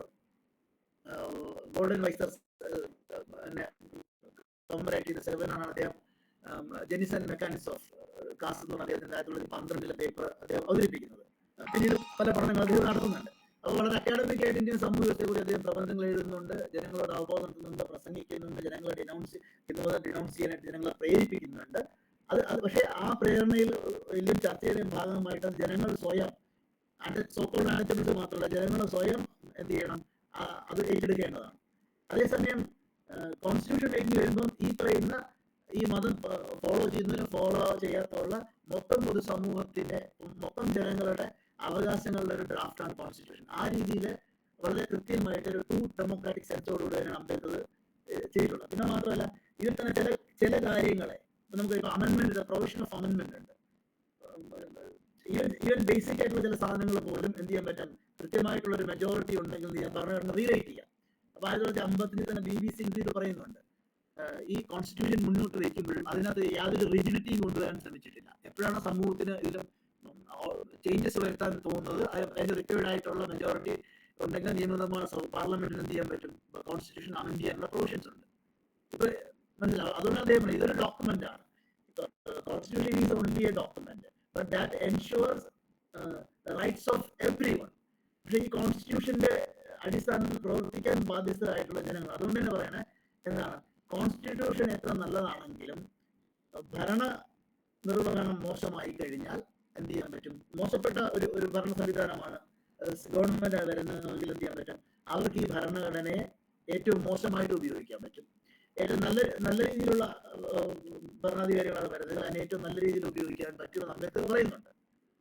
1955 വളരെ കൃത്യമായിട്ട് അദ്ദേഹം പറയുന്നുണ്ട്. അവർ കോൺസ്റ്റിറ്റ്യൂഷൻ മേക്കിംഗ് പ്രോസസ്സിനകത്ത് അദ്ദേഹം മാത്രമേ ഉപയോഗിക്കുന്ന ഒരു ട്രൂ ഡെമോക്രാറ്റിക് സെൻസിനകത്ത് ഇങ്ങനെ മാത്രമേ ഇടപെടാൻ കഴിയുമായിരുന്നുള്ളൂ. പിന്നെ അംബേദ്കർസത്തെ ഇന്ത്യയിൽ ഇപ്പോൾ മായാവതിയുടെ പാർട്ടിയുമായിട്ടോ മറ്റു ചില ദളിത് സംഘടനകളായിട്ടോ ജാതി സമൂഹമായിട്ടോ കാണരുത്. മഹർമോഹൻ അദ്ദേഹം ഉണ്ടായിരുന്ന കോൺഗ്രസ് മഹാരാഷ്ട്രയിലാണ് ഈ ഒരു സാധനം. അദ്ദേഹത്തിന്റെ സാമൂഹിക പ്രവർത്തനം തുടങ്ങിയ മേഖലയിൽ ചുറ്റുമുള്ള ഏറ്റവും കൂടുതൽ വ്യക്തിമായിരിക്കുന്ന സമൂഹം മഹർ എന്നതിലാണ് അദ്ദേഹത്തിന്റെ മഹർ മൂവ്മെന്റ് തുടങ്ങുന്നതും ഈ സത്യാഗ്രഹം നടത്തുന്നത്. അത് കഴിഞ്ഞിട്ട് പിന്നീടുള്ള വേർഡ്സ് നിങ്ങൾ ഉപയോഗിക്കുമ്പോൾ അദ്ദേഹം കോമൺ ആയിട്ട് ഡിപ്രസ്ഡ് ക്ലാസ് എന്നാണ്, even not as caste, depressed class എന്ന രീതിയിൽ കുറെ കൂടി എന്താ പറയാ ഒരു വൈഡ് ആയിട്ടുള്ള ഡിഫറെന്റ് ആയിട്ടുള്ള ഡിപ്രസ്ഡ് ആയിട്ടുള്ള കമ്മ്യൂണിറ്റീസിനെ അക്കോമഡേറ്റ് ചെയ്യപ്പെടുന്ന ഒരു നെയിം അദ്ദേഹം കൊടുക്കുന്നത് കാണാൻ പറ്റും. അതുകൊണ്ട് he was not a caste leader at all. He was not a caste leader at all. പിന്നെ അംബേദ്കറിന്റെ ഫോട്ടോ വയ്ക്കുന്ന എല്ലാ ദളിത് പാന്തേഴ്സോ അല്ലെങ്കിൽ ഏതെങ്കിലും ദളിത് വ്യത്യസ്തമായ ജാതി സംഘടനകളെയോ നിങ്ങൾ അംബേദ്കറുമായിട്ട് തെറ്റിദ്ധരിക്കുന്നത് രണ്ടും രണ്ടാണ്. അംബേദ്കറുടെ പ്രവർത്തനങ്ങൾ വിലയിരുത്തേണ്ടത് അംബേദ്കർ അദ്ദേഹത്തിന്റെ ഇനിഷ്യേറ്റീവ് സ്ഥാപിച്ച സംഘടനകൾ, അദ്ദേഹത്തിന്റെ പത്രങ്ങൾ, കോൺസ്റ്റിറ്റ്യൂന്റ് അസംബ്ലി ഡിബേറ്റ്സ്. പിന്നെ നേരത്തെ പറഞ്ഞു കോൺസ്റ്റിറ്റ്യൂന്റ് അസംബ്ലിയിൽ സിംഗിൾ ഹാൻഡഡ്ലിയാണ് ഡ്രാഫ്റ്റ് ചെയ്തത്, മെമ്പേഴ്സ് ഉണ്ടായിരുന്നില്ല, അത് ശരിയാണ്. പക്ഷെ ഡ്രാഫ്റ്റ് ചെയ്ത സാധനത്തെ കോൺസ്റ്റിറ്റ്യൂന്റ് അസംബ്ലിയിൽ 2 വർഷക്കാലം 1.5 വർഷക്കാലം നീണ്ടു നിന്നുള്ള സെഷൻസിൽ ഡിബേറ്റ് ചെയ്തിട്ടാണ് ഈ ഡ്രാഫ്റ്റ് അംഗീകരിക്കപ്പെടുന്നത്. ഇതിന്റെ സിംഹഭാഗവും ഡ്രാഫ്റ്റ് ചെയ്ത അംബേദ്കർ ആണെങ്കിൽ പോലും പലരും പല അമെന്റ്മെന്റുകൾ കൊണ്ടുവരുന്നതായിട്ട് കാണാൻ പറ്റും.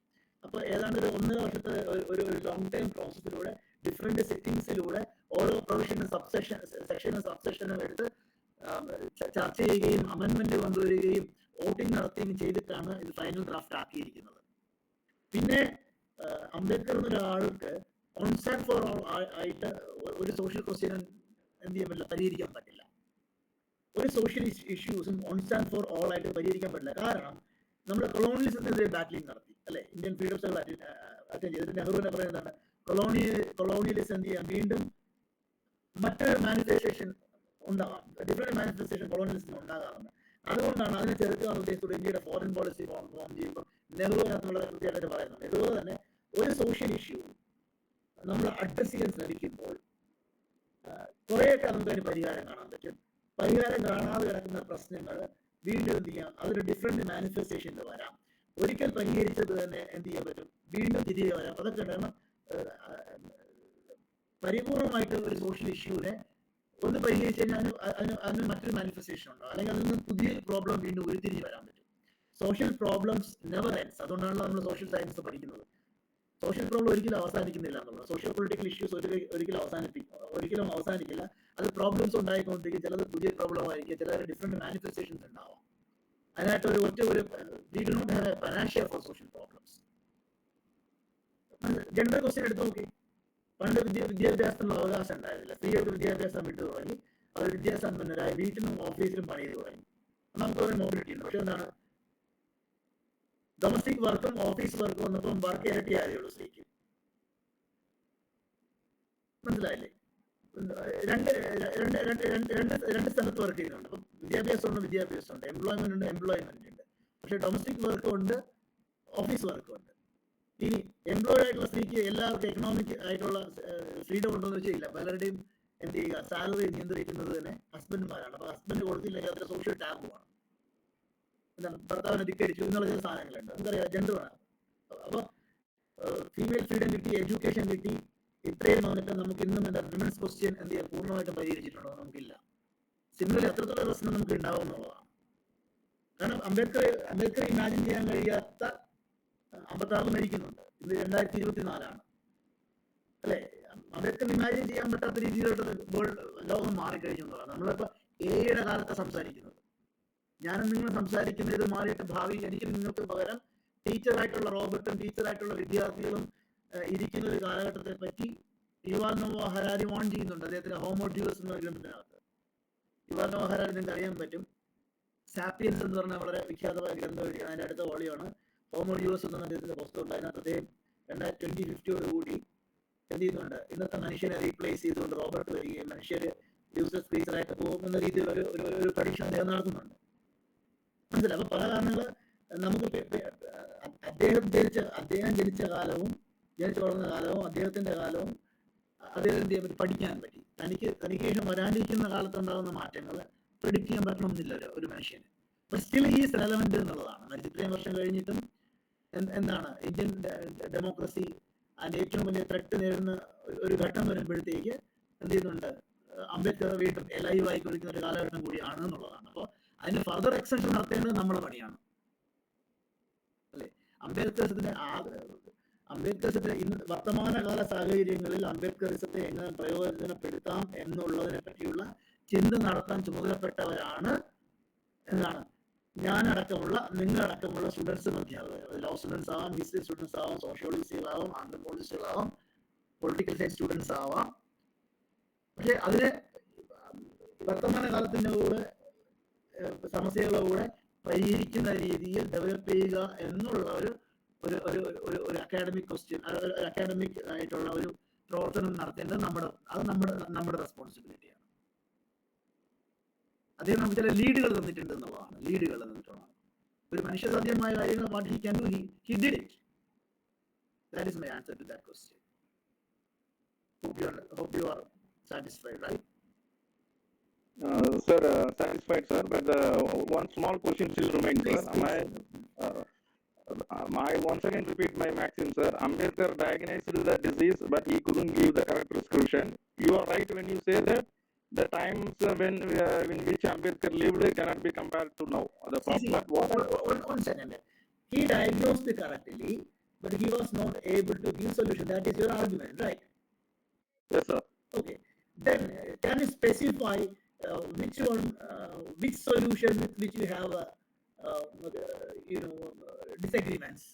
Yes, sir. Sir, for example, sir, he says when we go through his life experiences, he says very correctly that the whole problem is the Manusmriti. Yeah. Right, sir. Yes. Then he around in 1930 itself he gives a he declares that he will not die as a Hindu. Yeah. So, but he converted to Christianity just 6 months before his death. Yes, sir. But he converted to Buddhism only at the back end of his life. Yeah. So my question is here: when we go to I think the most the scholar, the only scholar we have, we can be proud, is only Ambedkar by his qualification and by his clarity of thought also. But when he says this is my problem, why even though which is so much highly qualified a person like Ambedkar was sidelined each and every time, yeah, but he gives a solution around 20 to 25 years before itself that he will not die as a Hindu because Hinduism is the primary reason for all this problem. But he takes so much time to convert himself. And number two, he couldn't organize the whole depressed classes all over India. He was not appealing. The Congress took over to the majority share of the Dalit empowerment, so-called Dalit empowerment. And when he uses the words for Gandhi as the pangs of Gandhi, he was not vociferous enough to say his correct findings and correct solution. Number two, sir.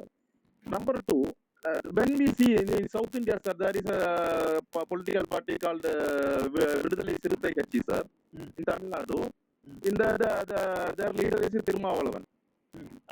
He also, as an activist, started his life. He entered politics. Now he has been continuously 3 or 4 times MP. The worst part is that, sir, he still contests even from DMK alliance or ADMK alliance. He still contests from the reserved category only. And whenever there is a sweep by either party, DMK or ADMK, Thirumavalavan, being the Dalit leader, Dalit face of Tamil Nadu, he wins only by few thousand votes every time. And he says in an article, he says in Pollachi there is some village called Meenachipuram, sir. Okay. Around the 1970s, the whole village decided to convert into Islam. Yeah. And he did his PhD recently, around 3 to 4 years back. He proves the fact that first generation Dalits who converted into Islam, of course, they faced the problem. But the third generation which is living now, they are not aware of the roots and the so-called the problem of depressed classes has been eradicated. Now Ambedkar says, I am ready to convert to Islam, but it will create a demographic problem in India, which I don't want to do. He says when he wants to emancipate, and he takes a religious color for that, I think that it will create a demographic and political problem for India. India is based on this Manusmriti only. So how can he give this kind of contradictory statement? That is my problem. I can understand it. Which contradictory statement? So he says Hinduism is the worst, is the reason of all the problems, sir. Yes. And he takes so much, even though he has declared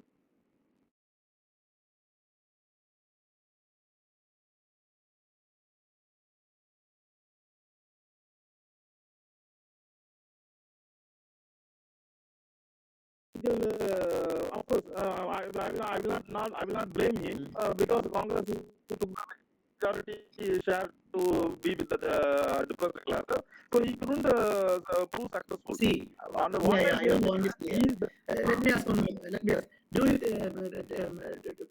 I think it was converted to Islam. Do you think so?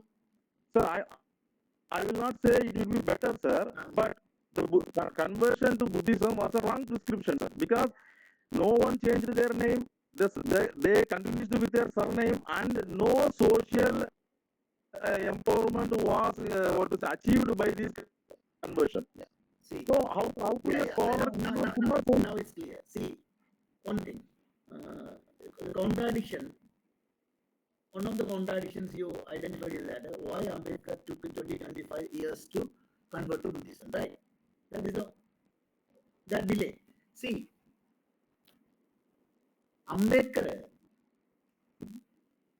നിങ്ങൾക്കറിയാം ഒരു ഇത്ര വിദ്യാസമ്പന്നനായിട്ട് ഇന്ത്യയിൽ വന്നിട്ട് മഹർനെ organise ചെയ്യുന്നു, ഈ schedule different parties രൂപവൽക്കരിക്കുന്നു, social activist നടത്തുന്നു, ജനങ്ങളെ അവെയർ ആക്കുന്നു. ഇവൻ അക്ഷരം പോലും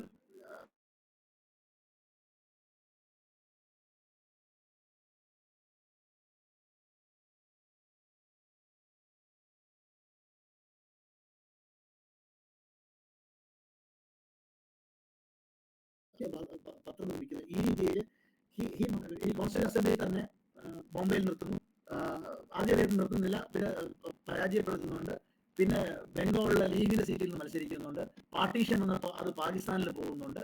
ഇങ്ങനെയുള്ള പ്രശ്നം വന്നിട്ട് ലാസ്റ്റിൽ കുറെ ചർച്ചകൾ നടത്തിയിട്ട് അവസാനം പിന്നീട് കോൺസ്റ്റിറ്റ്യൂഷൻ മേക്ക് ചെയ്യേണ്ട ഒരു ഘട്ടത്തിൽ അംബേദ്കർ അനിവാര്യമാവുന്ന ഘട്ടത്തിൽ മാത്രം അംബേദ്കറിനെ ഇവിടെ ഉൾപ്പെടുത്തുന്നത്, കോൺസ്റ്റിറ്റ്യൂഷൻ അസംബ്ലി ഉൾപ്പെടുത്തുന്നത്. അങ്ങനെ ഒരു ചരിത്രം കൂടെ അംബേദ്കർ ഒഴിവാക്കേണ്ട ഒരു ചരിത്രം കൂടിയുണ്ട്. വാട്ട് കോൺഗ്രസ് തന്നെ ഹാവ് ഡൺ ടു അൺടച്ചബിൾസ് എന്നതിൽ അംബേദ്കർ എഴുതിയിട്ടുണ്ട്. ആ ടെക്സ്റ്റ് അത് നോക്കുക. അപ്പൊ ആ ഒരു രീതിയിൽ ഒരു മനുഷ്യൻ 18 hours per day എന്ന കണക്കിലാണ് അംബേദ്കർ വർക്ക് ചെയ്തുകൊണ്ടിരുന്നത്. He has already written more than 17,000 pages here. He has written.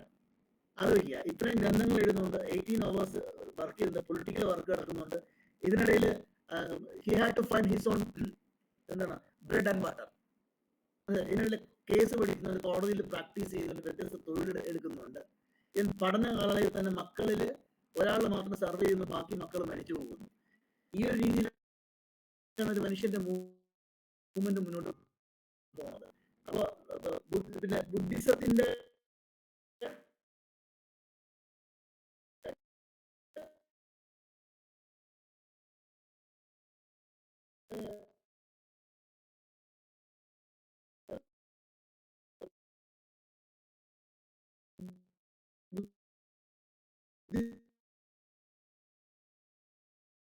മാത്രമല്ല സെമിറ്റിക് മതങ്ങളെ പറ്റിയൊക്കെ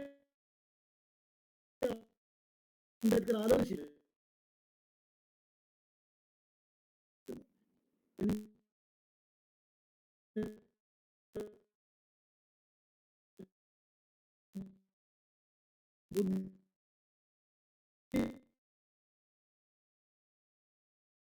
ഒരു ഇന്ത്യൻ മതത്തിലോട്ട് തന്നെ പോകുന്നതിനകത്ത് അക്കാലത്തുള്ള പൊളിറ്റിക്കൽ ആയിട്ടുള്ള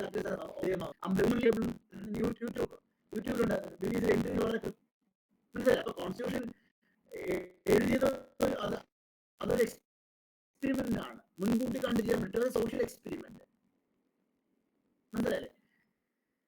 പിന്നെ സൈനിക് ടെമ്പറാമെന്റിനെ കുറിച്ച് സംസാരിക്കുന്നുണ്ട്.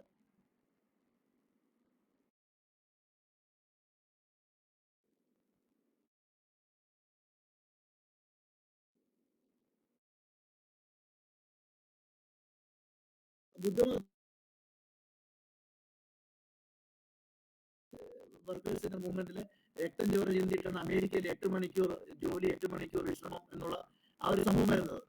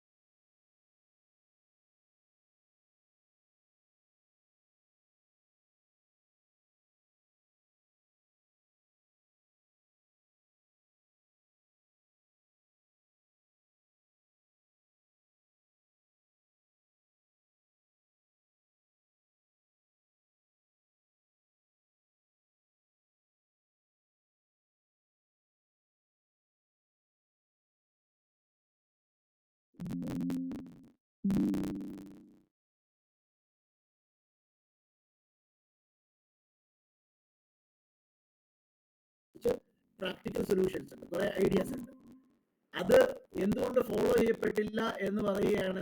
ഫോളോ ചെയ്യപ്പെടാത്തതിന് ഒരാൾക്ക് അഡ്വക്കേറ്റ് ചെയ്യാനേ പറ്റത്തുള്ളൂ, മനസ്സിലല്ലേ? അത് എല്ലാ ഫിലോസഫീസും ഉണ്ട്. അങ്ങനെയാണെങ്കിൽ ജീസസ് ഈസ് എ ഫെയിലൂർ എന്ന് പറയേണ്ടി വരും, മാർക്സ് ഈസ് ഫെയിലൂർ എന്ന് പറയേണ്ടി വരും,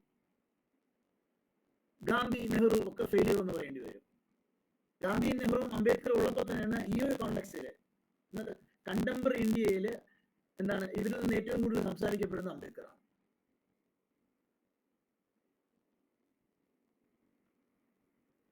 ഏറ്റവും കൂടുതൽ സംസാരിക്കപ്പെടുന്നത് നമ്മൾ അംബേദ്കറാണ്. എന്തുകൊണ്ടാണ് നിങ്ങൾ 330 സെലിബ്രേഷൻ സമയത്ത് 1 വീക്ക് വരുന്ന പ്രോഗ്രാം നടക്കുന്നത്? ഇവിടെ മാത്രമല്ല, ഓൾ ഓവർ ഇന്ത്യ പ്രോഗ്രാംസ് നടക്കുന്നുണ്ട്. എന്തുകൊണ്ടെന്ന് ചോദിച്ചു കഴിഞ്ഞാൽ, എന്തുകൊണ്ടാണ് നമ്മൾ ഈ പറയുന്ന രീതിയിലുള്ള ഒരു sovereign socialist secular democratic India എന്ന് പറയുന്ന കോൺസ്റ്റിറ്റ്യൂഷൻ വിഭാവനം ചെയ്യുന്ന ഒരു ഇന്ത്യ, ആ ഇന്ത്യയുടെ പുനഃസൃഷ്ടിക്ക് വേണ്ടിയിട്ട് അവിടുത്തെ സാമൂഹിക ജനാധിപത്യം ഉറപ്പുവരുന്നതിന് വേണ്ടിയിട്ട്, തുല്യത ഉറപ്പുവരുത്തുന്നതിൽ, അധികാരത്തിലും വിഭവത്തിലും എല്ലാ ജനങ്ങൾക്കും തുല്യമായ പങ്കാളിത്തം കൊടുക്കാം എന്നിവയുള്ള കാര്യങ്ങളിൽ അദ്ദേഹം മുന്നോട്ട് വെച്ചിട്ടുള്ള ദർശനങ്ങളും അദ്ദേഹം ഫോർമുലേറ്റ് ചെയ്തുള്ള പ്രിൻസിപ്പിൾസും വളരെ അതിന് പ്രാക്ടിക്കലായിട്ട് യൂട്ടിലിറ്റി ഉണ്ട് എന്നുള്ളത് കൊണ്ട് തന്നെയാണ്. He cannot compel anyone to convert to Buddhism. He himself has shown by converting himself. അല്ലെ, സ്വയം കൺവേർട്ട് ചെയ്യുന്ന ആൾക്കാരെ കാണിച്ചു കൊടുത്തിട്ടുള്ളത്. പിന്നെ മാത്രമല്ല, ബുദ്ധിസത്തിന്റെ നമ്മൾ കേട്ട് പരിചയിച്ച ബുദ്ധിസത്തിന്റെ element, it is very difficult to follow the actual Buddhism. Follow അറിയാലോ, അവർ വസ്ത്രം അടക്കമുള്ള കാര്യങ്ങൾക്കകത്ത് എന്തുണ്ട്, ബുദ്ധിസത്തിന് വളരെ സ്ട്രിക്റ്റ് ആയിട്ടുള്ള ചില ഓർഡേഴ്സ് ഉണ്ട്. അത് മാറിയിട്ട് എന്ത് ചെയ്യുന്നുണ്ട്, അംബേദ്കറിന്റെ നവയാനം എന്ന് പറഞ്ഞൊരു ബ്രാഞ്ചാണ് അംബേദ്കർ. നവയാന ബുദ്ധിസം എങ്ങനെയാണ് അത് മോഡേൺ സൊസൈറ്റിയിൽ കോട്ടൺ ഇൻസ്റ്റിറ്റ്യൂട്ട് നടക്കുന്ന അംബേദ്കറിനെ പോലുള്ള ഒരാൾക്കാർ നമ്മുടെ ഒരു മോഡേൺ ലൈഫിന് ബാധകമാകുന്ന രീതിയിൽ പ്രാക്ടീസ് ചെയ്യാൻ പറ്റുന്ന രീതിയിലേക്കുള്ള തിരുത്തലുകൾ നടത്തിയിട്ടാണ് അദ്ദേഹം ഒരു ബുദ്ധിധാരിക നവയാന ബുദ്ധിസമാണ് അദ്ദേഹം മുന്നോട്ട് വയ്ക്കുന്നത്. അല്ലാതെ ടിപ്പിക്കൽ ഗൗതമ ബുദ്ധന്റെ Buddhism it's not practical to follow in this 2024 or 1956. It is very difficult to follow such a religion in modern India. അപ്പോൾ ആധുനിക ജീവിതത്തിന് അനുയോജ്യമാക്കുന്ന രീതി മാറ്റുന്നത് അത്തരം പരീക്ഷകൾ അദ്ദേഹം നടത്തുന്നുണ്ട്. എക്സ്റ്റൻസീവയുടെ ബുദ്ധിജനം വായിക്കുന്നുണ്ട്. ഈ രീതിയിലാണ് അദ്ദേഹം സജസ്റ്റ് ചെയ്യുന്നത്. എന്നൊരു അംബേദ്കറിസം അഫ്കോഴ്സ് അംബേദ്കറിന്റെ വാദഗതികൾക്ക് ഒരിക്കലും എന്തില്ല കൗണ്ടർ ആർഗ്യുമെന്റ്സിന്റെ പോസിബിലിറ്റി ഇല്ല എന്നല്ല ഞാൻ പറയുന്നത്. I am answering only to the particular issue you suggested here. അംബേദ്കറിസം ഒരു പനാശയാണ്, അല്ലെങ്കിൽ ഇറ്റ് ഈസ് ബിയോണ്ട് ക്രിറ്റിസിസം എന്ന് ഞാൻ കരുതുന്നില്ല. ബട്ട് ദ പോയിന്റ് നിങ്ങളുടെ ഉയർത്തിയ പോയിന്റിനുള്ള എൻഗേജ്മെന്റ്സ് മാത്രമാണ് ഞാൻ ചെയ്യുന്നത്, മനസ്സിലല്ലേ? അല്ല, അംബേദ്കർ വിമർശിക്കാൻ പാടില്ല എന്നല്ല, അംബേദ്കർ ഒരു പ്രോപ്പർ സൊല്യൂഷൻ ആണോ എന്നുള്ള രീതിയിലൊന്നും ഞാൻ കരുതുന്നില്ല.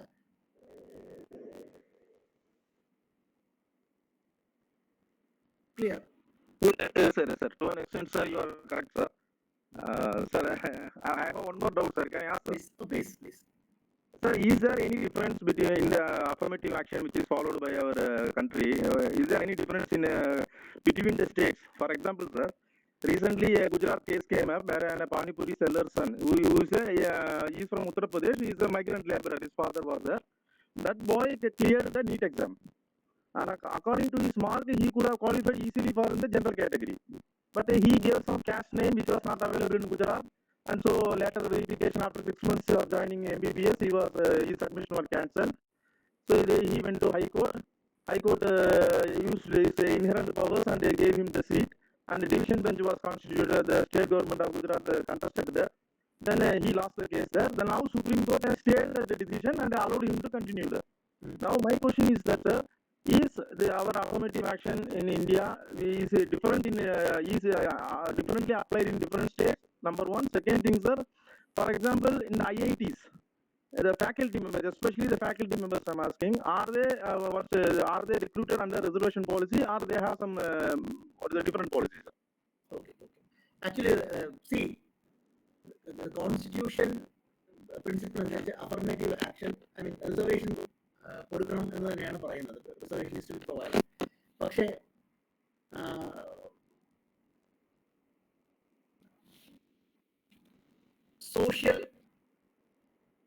കൾച്ചറൽ ഇക്കണോമിക് ബാക്ക്വേർഡ്നെസ്, ഇങ്ങനെയുള്ള ചില ഇതൊക്കെയാണ് ബാക്ക്വേർഡ്നെസ് കമ്മ്യൂണിറ്റികൾ ഐഡന്റിഫൈ ചെയ്ത ചില ക്രൈറ്റീരിയ.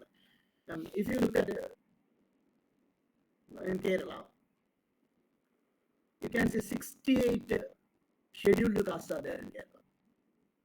68 പട്ടികജാതി വിഭാഗങ്ങളുണ്ട്. എന്നാൽ കേരളത്തിലുള്ള ചില ജാതികൾ തമിഴ്നാട്ടിൽ പോയി കഴിഞ്ഞാൽ ചിലപ്പോൾ അവിടെ അതിന് ഈ SC സ്റ്റാറ്റസ് കിട്ടണമെന്നില്ല. കാരണം ഓരോ റീജിയണലിൽ അവർക്ക് എന്താ പറയുക, അവരുടെ സോഷ്യൽ ഇതിനകത്ത് അവർ ക്വസ്റ്റ്യൻ ചെയ്യപ്പെട്ടിരിക്കുന്നതിൻ്റെ അടിസ്ഥാനത്തിലാണ് ഇത് തീരുമാനിക്കുന്നത്. അപ്പോൾ ഓരോ സ്റ്റേറ്റിന്റെ പരിധിയിലും ഏതൊക്കെ സാമൂഹിക വിഭാഗങ്ങൾ ഈ പറയുന്ന schedule caste or schedule tribe അല്ലെങ്കിൽ OBC കാറ്റഗറിക്കകത്ത് വരണം എന്നുള്ളത് സ്റ്റേറ്റിന്റെ അധികാരമാണ്. അത് ഇന്ത്യ ഗവൺമെന്റിന് ഓൾ ഓഫ് സഡൻ ചിന്തിക്കാൻ പറ്റത്തില്ല. ഒരു ഫെഡറൽ സംവിധാനത്തിനകത്ത് അത് സ്റ്റേറ്റിന്റെ സോഷ്യൽ ഹിസ്റ്റോറിക്കൽ ആയിട്ടുള്ള കോൺടെക്സ്റ്റുകളുടെ അടിസ്ഥാനത്തിലാണ് ഈ കാസ്റ്റുകൾ നിർമ്മിക്കപ്പെടുന്നത്. ഇപ്പൊ ഇടയ്ക്ക് പട്ടേൽ വിഭാഗക്കാർ ഒരു OBC സ്റ്റാറ്റസ് വേണമെന്ന് ക്ലെയിം ചെയ്തിട്ടുണ്ട്. പിന്നെ അഫ്കോഴ്സ് ചിലയിടങ്ങൾക്ക് അത് ചില റൂളിംഗ് പവേഴ്സ്, ഞാൻ നേരത്തെ പറഞ്ഞു പൊളിറ്റിക്കൽ സൊസൈറ്റി അല്ലെങ്കിൽ പൊളിറ്റിക്കൽ കമ്മ്യൂണിറ്റീസ് ഈ കാസ്റ്റ് ലിസ്റ്റ് പ്രിപ്പയർ ചെയ്യുന്നതിനകത്ത് എന്ത് ചെയ്യുന്നുണ്ട്, നീതിപൂർവമായും എന്നാൽ ചിലയിടങ്ങളിൽ നീതിപൂർവം അല്ലാതെയും ഇടപെടുന്നുണ്ട്. അത്തരം സംവിധാനങ്ങളിലാണ് കോടതിയിൽ അത്രയും സംഭവങ്ങൾ ക്വസ്റ്റ്യൻ ചെയ്യുന്നത്. ബേസിക്കലി എന്താണ്, ഈ 1950 മുതൽ ഇങ്ങോട്ടുള്ള ചരിത്രം പരിശോധിച്ചു കഴിഞ്ഞാൽ ചില കമ്മ്യൂണിറ്റികൾ consider level of progress attain ചെയ്തു എന്ന് കണ്ടു കഴിഞ്ഞാൽ അവരെ ലിസ്റ്റിൽ നിന്ന് മാറ്റാറുണ്ട്. ഇങ്ങനെയൊക്കെയുള്ള സംഗതികളുണ്ട്. അത് ഓരോരോ കാലഘട്ടത്തിലുള്ള സ്റ്റേറ്റ് ഗവൺമെന്റുകൾ അവിടുത്തെ സാമൂഹിക സാഹചര്യം അനുസരിച്ച് മാത്രം അങ്ങനെയുള്ള ചില ഒമിഷൻസും കമ്മീഷൻസും നടത്തുന്നതാണ്. അതങ്ങനെ സാധിക്കപ്പെടുകയുള്ളൂ. ടോട്ടൽ ഈ കാറ്റഗറി വന്നു കഴിഞ്ഞാൽ അവർക്ക് പ്രൊവിഷൻ കൊടുക്കുന്നത് മാത്രമാണ് കോൺസ്റ്റിറ്റ്യൂഷൻ സജസ്റ്റ് ചെയ്യുന്നത്. അവിടെയാണ് നിങ്ങൾ ഈ പറഞ്ഞ കേസ് ഉണ്ടാവുന്നത് ഗുജറാത്തിൽ. ആ കേസ് എന്നെ ശ്രദ്ധയിൽപ്പെട്ടിരുന്നില്ല. ഞാൻ അങ്ങനെയാണ് വിചാരിക്കുന്നത്. അത് സ്റ്റേറ്റാണ് തീരുമാനിക്കുന്നത്. ഏതൊക്കെ കമ്മ്യൂണിറ്റി SC-കകത്ത് വേണം. ചില കമ്മ്യൂണിറ്റികൾ SC-യിലോട്ട് മാറ്റും, ചില കമ്മ്യൂണിറ്റികൾ ST-യിൽ നിന്ന് SC സ്റ്റാറ്റസിലോട്ടൊക്കെ വന്നിട്ടുണ്ട്. അത് നടത്തുന്ന കൃത്യമായിട്ടുള്ള ഒരു സ്റ്റേറ്റ് വൈസ് അവരുടെ സാമൂഹികവും സാമ്പത്തികവുമായിട്ടുള്ള അവസ്ഥകളും ചരിത്രമൊക്കെ മുന്നിട്ട് നിർത്തിയിട്ടാണ് അത്തരം തീരുമാനങ്ങളിൽ സ്റ്റേറ്റുകൾ എടുക്കുന്നത്. അതങ്ങനെ സാധ്യമാവുള്ളൂ. അതൊന്ന്. പിന്നെ രണ്ടാമത്തെ കാരണം IIT-കളിൽ ടീച്ചിങ് പോസ്റ്റുകൾക്ക് റിസർവേഷൻ ഇല്ല എന്നാണ് എൻ്റെ അറിവ്. IIT-കളിൽ ടീച്ചിങ്ങിന് പ്രൊഫഷന്. Right, sir. Sir, my first question was that, for example, Kerala reservation 20%, 15% is given to SC. ആ 15% നമ്മൾ, for example, ഒരു SC സ്റ്റുഡന്റ് 190 എടുത്താൽ പുള്ളി automatically will become A general candidate. പക്ഷെ ഗുജറാത്തിൽ അങ്ങനെ ഇല്ല എന്നാണ് ആ കേസ് പറയുന്നത്. അതാണ് എന്റെ ചോദ്യം. അങ്ങനെ ഗുജറാത്തിൽ സെപ്പറേറ്റ് സാർ. ആക്ച്വലി ഇപ്പൊ കേരളത്തിൽ സാർ ഇപ്പൊ ഒരു SC കാൻഡിഡേറ്റ് 100ന് 98 മാർക്ക് എടുത്തു കഴിഞ്ഞാൽ ജനറൽ കാറ്റഗറിയിൽ പുള്ളിക്ക് ആ മാർക്ക് ഉണ്ടെങ്കിൽ പുള്ളി automatically will converted into general category for the admission on merit basis. പക്ഷെ ഗുജറാത്തിൽ പറയുന്നത് ഒരാൾ അപ്ലൈ ചെയ്യുമ്പോൾ താൻ ഒരു SC അല്ലെങ്കിൽ OBC അപ്ലൈ ചെയ്ത് കഴിഞ്ഞാൽ ആ റിസർവ് എത്ര മാർക്ക് എടുത്താലും, even though if is the topper of the entrance examination, he will be considered for admission only through that reservation quota. അങ്ങനെയാണ് ആ പാനിപൂരി വിൽക്കുന്ന മോഹന് കിട്ടാതെ ഇതൊരു ഒറ്റപ്പെട്ട കേസല്ല. Even in Kerala I can cite you incident. Actually recently our beloved teacher Professor Kunyaman passed away just a few months before. He was a first time holder in economics from Palakkad Victoria College.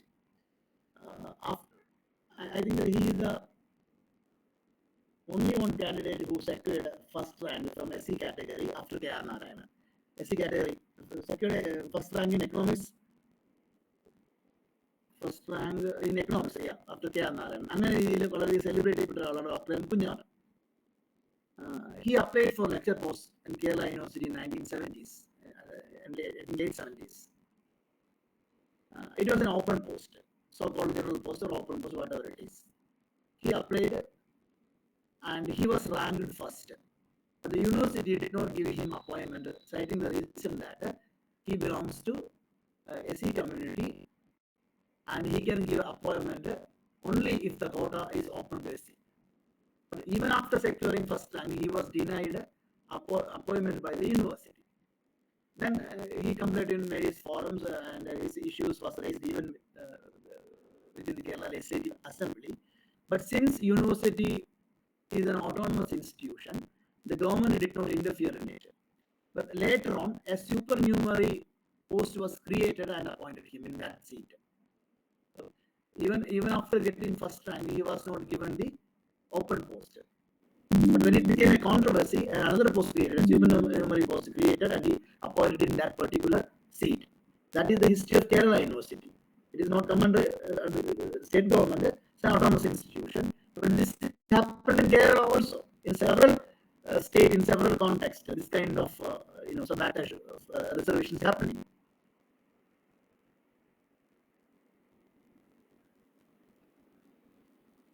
Thank you, sir. Don't mind, sir. I am continuously asking questions. I am much exactly. No, I appreciate your curiosity. Sir, what is your conclusion about Jogendranath Mandal, sir? Most of the people don't know that he is the first Law Minister of Pakistan, and he was the person who gave the seat to Ambedkar from West Bengal. He sacrificed this seat for Ambedkar to get into the Constituent Assembly. So, what is your findings? Or do you think that has he contributed something to the so-called depressed class empowerment, or what do you think about that, sir? I haven't read much about him. Right. I'm not able to answer that question. Right. Sir, as you are a political science scholar, sir, I'm asking a question. Is Jai Bhim, Jai Meme, the Dalits and the Muslim combination, you can eradicate fascism or casteism in India, sir? Pardon? So there is a concept in present day political situation, something called Jai Bhim, Jai Meme, sir. Bhim stands for Bhimrao and Meme stands for Muslims, sir. In North India, it is most, we can see that slogans. What I'm asking is, if Dalits and Muslims politically unite, will it eradicate the casteism in India? See, the India that we witness today is somewhat different, I think, in many respects. You can see plenty of, state-sponsored violence inflicted upon Dalits and Muslims, right? That we are witnessing now for the past 10 years. In that context, different forms of resistance will come from that communities. It's quite normal. Especially, perhaps Dalits and Muslims might have identified a common victor experience in present India, and naturally there is a possibility of alliance between them. It's quite natural. Thank you, sir. Thank you very much. നമുക്ക് സമയം ദീർഘിച്ചു കഴിഞ്ഞു. അപ്പോ ഇനി interaction ഒന്നും ഇല്ലല്ലോ, questions ഒക്കെ complete ആയില്ലേ? Anybody else? നമുക്ക്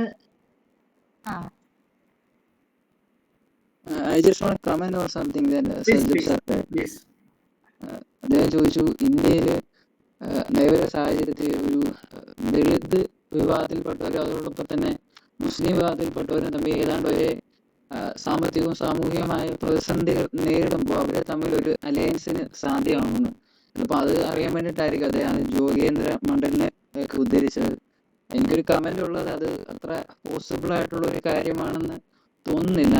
കാരണം ജിന്ന പാകിസ്ഥാൻ രൂപീകരിക്കുമ്പോൾ ജിന്ന കൃത്യമായിട്ട് പറയുന്നുണ്ട്, പാകിസ്ഥാനിൽ മൈനോറിറ്റികൾക്ക് അവരുടേതായ സ്വാതന്ത്ര്യമുണ്ട്, അവകാശമുണ്ട്. എന്നിട്ട് അദ്ദേഹം പറയുന്നു, പാകിസ്ഥാന്റെ പതാകയിൽ തന്നെ ഒരു വെള്ള സൈഡ് അവിടുത്തെ ന്യൂനപക്ഷങ്ങൾക്ക് വേണ്ടി മാറ്റിവെച്ചെങ്കിലും ജോഗേന്ദ്ര മണ്ഡലിനെ പോലെ ദളിത് ആക്ടിവിസ്റ്റുകളെ പാകിസ്ഥാനിൽ കൊണ്ടുപോയി അവരുടെ ലോ മിനിസ്റ്റർ ആക്കിയെങ്കിലും ഈ ജോഗേന്ദ്ര മണ്ഡലിന് തന്നെ സംഭവിച്ചത് കുറച്ച് നാളുകൾക്ക് ശേഷം ഈ അലയൻസ് പരാജയപ്പെടുകയും അദ്ദേഹം ബംഗാളിലേക്ക് തിരിച്ചു വരികയും ഇതൊരു പരാജയമാണ് എന്ന് മനസ്സിലാക്കിയ ഒരു അലയൻസ് ആണ്. അപ്പൊ പിന്നെ നമ്മൾ അത്തരത്തിലേക്ക് പോവുകയും ചരിത്രപരമായി അത് നമുക്ക് തെളിയിക്കപ്പെട്ട സാഹചര്യത്തിൽ അത്തരത്തിലൊരു അലയൻസിന് സാധ്യത ഇല്ല എന്നാണ് എൻ്റെ ഒരു അഭിപ്രായം. അതിലെ റിപ്ലൈ ലിയാഖത്ത് അലി ഖാൻ വരുമ്പോൾ ഈ declares Pakistan as Islamic state, അവിടെയാണ് പ്രശ്നം പറഞ്ഞത്. So Jogendranath Mandal comes out of the, എവിടെ നിങ്ങൾ നോക്കിയാലും ഹാർഡ് ലൈനേഴ്സ് എവിടെയൊക്കെ വരണോ അവിടെ എല്ലാം ഇതുപോലെ ഒപ്രസ്ഡ് ക്ലാസസ് ഡിപ്രസ്ഡ് ക്ലാസസ് എന്ന് യൂണിറ്റി പറ്റൂല. പക്ഷെ എൻ്റെ ചോദ്യം, we both are affected by the same problem. അവർ പറയുന്നത് മനുസ്മൃതി ഒരു കാരണമായിരിക്കാം, ഇവിടെ പറയുന്നത് some external aggression ഒരു കാരണമായിരിക്കാം. But they want both of us to be in our shoes. അവിടെയാണ് ചോദിക്കുന്നത്. അല്ലാതെ ജോഗേന്ദ്രനാഥ് പുറത്ത് വന്നത് not because of any problem created to him, because the state was declared Islamic and he was against. He was secular person. നമുക്ക് ഒരു political ക്വസ്റ്റ്യനകത്ത് രണ്ട് കമ്മ്യൂണിറ്റികൾ യോജിക്കുന്നു അഫ്കോഴ്സ് എന്ന നിലയിൽ ബേസിക്കലി നമുക്കറിയാലോ. ഇപ്പൊ ഞാൻ നേരത്തെ ചാതുവർണ്ണി എന്ന് പറയുമ്പോൾ 4 വർണ്ണാസ് അതിനകത്ത്, ബാക്കി ഔട്ട്കാസ്റ്റുകളാണ്, വേറെ റിലീജിയനാണ്. അപ്പൊ ഈ ഒരു ഐഡിയോളജിയിൽ ഒരു പൊളിറ്റിക്കൽ സിസ്റ്റം വർക്ക് ചെയ്യുമ്പോൾ നാച്ചുറലി അതിൻ്റെ ഇടയിൽ അക്കോമഡേറ്റ് ചെയ്യപ്പെടാതെ പോകുന്ന ആന്റിഗോണിസ്റ്റിക് ആയിട്ടുള്ള ഗ്രൂപ്പുകൾക്ക് തമ്മിലൊരു കോമൺ ഒരു പൊളിറ്റിക്കൽ എക്സ്പീരിയൻസ് ഉണ്ടാകുമ്പോൾ അവർക്കിടയിൽ അലയൻസ് ഉണ്ടാകും politically. It doesn't mean that പിന്നെ ഒരു ഫാമിലി അല്ലെങ്കിൽ അതൊരു പൊളിറ്റിക്കൽ അലയൻസിന്റെ സാധ്യതയുള്ളൂ. ഇത് സെക്കൻഡ് വൺ എന്ന് പറഞ്ഞു കഴിഞ്ഞാൽ റിലീജിയൻ വരുമ്പോൾ ഓരോ റിലീജിയനും നല്ലതായിട്ടുള്ള മൊറാലിറ്റി പ്രിൻസിപ്പിൾസ് ഉണ്ട്. ചിലതിന് ഒരു വീട്ടിൽ തന്നെ 2 ഡിഫറെന്റ് റിലീജിയൻ ഉള്ള ആൾക്കാർ വളരെയധികം ഡെമോക്രാറ്റിക് ആയിട്ട് കഴിഞ്ഞു കൂടുന്നതൊക്കെ ഉണ്ട്. അപ്പൊ ഇങ്ങനെയുള്ള ചില കോംപ്ലക്സ് ആയിട്ടുള്ള ഇഷ്യൂസ് ഉണ്ട്. അപ്പൊ നമ്മൾ പൊളിറ്റിക്കൽ അലയൻസിനെ പൊളിറ്റിക്കൽ അലയൻസ് ആയിട്ട് കാണുകയും അതേസമയം തന്നെ ഈ ഡെമോക്രസിക്ക് ഉള്ളിൽ തന്നെ secularism, Indian value of secularism എന്ന് പറയുമ്പോൾ ഗിവിംഗ് അപ്പ് ഓഫ് റിലീജിയൻ എന്നല്ല, പൂർണ്ണമായും മതം പാലിച്ചുകൊണ്ട് തന്നെ എന്നാൽ ഇതര മനുഷ്യരുടെ മതക്കാരുടെ അവകാശങ്ങളെ കൂടി മാനിച്ചുകൊണ്ട് പോകാൻ കഴിയുന്ന സാഹചര്യമുണ്ട്. നിങ്ങൾക്ക് ഇസ്ലാമായിട്ടും ബ്രാഹ്മണായിട്ടും ഒക്കെ ജീവിക്കാം. പക്ഷേ പ്രശ്നം എന്ന് പറഞ്ഞു കഴിഞ്ഞാൽ ഈ കോമൺ ആയിട്ടുള്ള ചില കാര്യങ്ങൾ, ഈ സോഷ്യൽ ഡെമോക്രസിയുടെ കാര്യം അല്ലെങ്കിൽ സാമൂഹിക നീതിയുടെ കാര്യം, ഒരു മനുഷ്യന്റെ സാമൂഹിക അവകാശങ്ങളുടെ കാര്യം, വിഭവങ്ങളുടെ വിതരണത്തിന്റെ കാര്യത്തിനകത്ത് എന്തുണ്ടാവില്ല, വിവേചനം ഉണ്ടാകരുത് മാത്രമേ ഉള്ളൂ. അങ്ങനെയൊക്കെ ജീവിക്കാം. ആ ഒരു കാര്യം മാത്രമേ. പക്ഷെ റിലീജിയൻ കൃത്യമായിട്ട് ഇപ്പോൾ ഒരാൾ പ്രാക്ടീസ് ചെയ്യുന്നെങ്കിൽ, പൂർണ്ണമായിട്ടും ഇസ്ലാം റിലീജിയൻ പ്രാക്ടീസ് ചെയ്യുന്ന ഒരാളെ സംബന്ധിച്ചിടത്തോളം അവർ സ്വർഗം ഇങ്ങനെയുള്ള വിശ്വാസങ്ങളൊക്കെ ഉള്ളതാണ്. അപ്പൊ മതത്തിന്റെ മൊറാലിറ്റി എന്ന് പറഞ്ഞാൽ they should marry within the community എന്നുള്ള നിലയിൽ വിശ്വാസം ആർഡന്റായിട്ട് പുലർത്തുന്നവർക്ക് അങ്ങനെ കഴിയാൻ പറ്റുള്ളൂ. എത്ര ഒരു പൊളിറ്റിക്കൽ ഇതിന്റെ പേരിൽ എത്ര വലിയ സ്നേഹത്തിൽ കഴിഞ്ഞാൽ ഒരു പക്ഷേ അവിടെ ഒരു വിവാഹ ജീവിതം പോസിബിൾ ആണോ നിർബന്ധമൊന്നുമില്ല. അതേസമയം തന്നെ ആ മതത്തിൽ അത്ര ആർഡനല്ലാതിരിക്കുകയും എന്നാൽ ഔട്ട്സൈഡ് പോകാൻ വേണ്ടി ജീവിക്കുന്ന ആൾക്കാർ ഉണ്ട്. അങ്ങനെയുള്ള പോസിബിലിറ്റീസും ഉണ്ട്. പക്ഷെ പൊളിറ്റിക്കൽ അലയൻസിന് അങ്ങനെയായിട്ട് മാത്രം കാണുക എന്നുള്ളതാണ് എനിക്ക് തോന്നുന്നത് ഈ ഒരു വിഷയത്തിൽ, ഇവിടെ കമന്റ് ചെയ്ത വിഷയത്തിൽ. അതൊരു ഇന്നത്തെ രാഷ്ട്രീയ കാലാവസ്ഥയിൽ ടാർഗറ്റ് ചെയ്യപ്പെട്ട് അല്ലെങ്കിൽ വളരെ രീതിയിൽ എന്താ പറയുക ബ്രാൻഡ് ചെയ്യപ്പെട്ട് വിവേചനം നേരിടുന്ന കമ്മ്യൂണിറ്റികൾക്കിടയിൽ ഉണ്ടാകുന്ന ഒരു പൊളിറ്റിക്കൽ അലയൻസ് എന്ന് മാത്രമല്ല കണ്ടാൽ മതി. അവിടെ നിങ്ങൾ ഈ പറയുന്ന രീതിയിലുള്ള എല്ലാ തരത്തിലുള്ള ഒരു ഈക്വാലിറ്റി അല്ലെ, ഇപ്പൊ വിവാഹം, പ്രണയം, ഇങ്ങനെയൊക്കെയുള്ള രീതിയിലൊക്കെ അങ്ങനെ ചിന്തിക്കാൻ പറ്റില്ല അവിടെ. അത് വേറൊരു ക്വസ്റ്റ്യൻ ആണ്. Yes, sir. I was also meaning electoral lines only, sir. വളരെ കോംപ്ലക്സ് ആണ്. എപ്പോഴും ബൈനറികളിൽ നിന്ന് മാത്രമല്ല.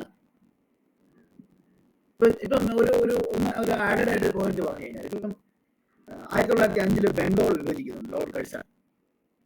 അത് മുസ്ലിം ഭൂരിപക്ഷമുള്ള ഹിന്ദു ഭൂരിപക്ഷമുള്ള ഏരിയകൾ ഇത് രണ്ടായിട്ട് ഡിവൈഡ് ചെയ്യും. അപ്പൊ ഈ ബംഗാൾ പാർട്ടീഷൻ വന്ന സമയത്ത് ഓൾറെഡി ബംഗാൾ നാഷണൽ മൂവ്മെന്റ് സെന്ററാണ്. പക്ഷെ ബംഗാളിലുള്ള ഭദ്രലോകും ബ്രാഹ്മിൻസും, ബംഗാൾ ഹിന്ദു ഒരു ധാരയുണ്ട്, അവിടുത്തെ മുസ്ലിം ധാരകളുണ്ട്. അപ്പൊ ഈ ബംഗാൾ പാർട്ടീഷനിൽ വന്നപ്പോ ഈ മുസ്ലിം ബംഗാളായിട്ട് വിഭജിച്ച ആൾക്കാർക്ക് ബംഗാൾ പാർട്ടീഷനോടൊരു ഗുണമുണ്ടായി. കാര്യം അവർക്ക് മാത്രമായിട്ട് ഒരു സ്റ്റേറ്റ് കിട്ടുന്നത്. അവർക്ക് ഇവിടെ കൽക്കട്ട സുപ്രീം കോർട്ടിൽ വരണ്ട, അവർക്ക് അവിടെ സുപ്രീം കോർട്ട് കിട്ടുന്നുണ്ട്, പല ചെലവുകളുണ്ട്, ബിസിനസ് ഇതുമായി ബന്ധപ്പെട്ട് ഒരുപാട് പ്രോഫിറ്റ് അവർക്കുണ്ട്. അതുകൊണ്ട് എന്ത് ചെയ്യുന്നറിയാമോ, ഈ ബംഗാൾ വിഭജന ഒരു തരത്തിൽ അവിടെയുള്ള ബിസിനസ് ക്ലാസ്സിലുള്ള മുസ്ലിം ഗുണകരമായിരുന്നു. അതേസമയം അതുവരെ അവിടെ ബംഗാളിലുള്ള ഇസ്ലാമുമായിട്ട് ചില വാണിജ്യ ബന്ധങ്ങളുണ്ട്. അപ്പൊ ഇവർക്ക് മാത്രമായിട്ട് ഇത് കിട്ടിയപ്പോൾ എന്ത് ചെയ്തത്, ബംഗാളിലെ ഹിന്ദു എലീറ്റ്സിന്റെ പ്രശ്നമുണ്ടായി. അപ്പൊ ആന്റി പാർട്ടീഷൻ മൂവ്മെന്റ് ലീഡ് ചെയ്യുന്നത് കൂടുതൽ അവിടുത്തെ ഹിന്ദു എലീറ്റ്സ് ആണെന്ന് കാണാൻ നിങ്ങൾക്ക് കഴിയും. കാരണം അവർക്ക് പിന്നെ ഇവർ ഒരുമിച്ച് കച്ചവടം ചെയ്ത ചില വാണിജ്യ ബന്ധങ്ങളുള്ള ഒരാൾ മാത്രം വേർപെട്ട് പോകുമ്പോൾ ഒരു പ്രശ്നം ഇതിനകത്തുണ്ട്. അവിടെ ഇക്കണോമിക് ആയിട്ടുള്ള ഒരു സിറ്റുവേഷന്റെ കൂടി അടിസ്ഥാനത്തിലാണ് അവിടെ ബംഗാളിലെ ആന്റി പാർട്ടീഷൻ മൂവ്മെന്റ് അതിൽ ഹിന്ദു എലീറ്റ്സ് വളരെ കാര്യക്ഷമമായിട്ടാണ് ആക്റ്റീവായിട്ട് ഇടപെടുന്നത് കാണാം. അതേസമയം ഈ ബംഗാളിലെ ഈ ഹിന്ദു എലീറ്റ്സും മുസ്ലിങ്ങളും തമ്മിലുള്ള ബിസിനസ് ബന്ധങ്ങൾ ഒക്കെ മഹാരാഷ്ട്രയിലെ ചിത്പാവൻ ബ്രാഹ്മിൺസിന് പ്രശ്നം ഉണ്ടായിട്ടുണ്ട്. അപ്പം മഹാരാഷ്ട്രയിലെ ചിത്പാവൻ ബ്രാഹ്മിൺസും ബംഗാളിലെ ബംഗാളിലുള്ള ബ്രാഹ്മിൺസും തമ്മിൽ എന്തുണ്ട്? കോൺഫ്ലിക്റ്റ് ഓഫ് ഇൻട്രസ്റ്റ് ഉണ്ട്. മഹാരാഷ്ട്രയിലെ ചിത്പാവൻ ബ്രാഹ്മിൺസും ബംഗാളിലെ ബ്രാഹ്മിൺസ് തമ്മിൽ കോൺഫ്ലിക്റ്റ് ഓഫ് ഇൻട്രസ്റ്റ് ഉണ്ട്. അതേസമയം ബംഗാളിലുള്ള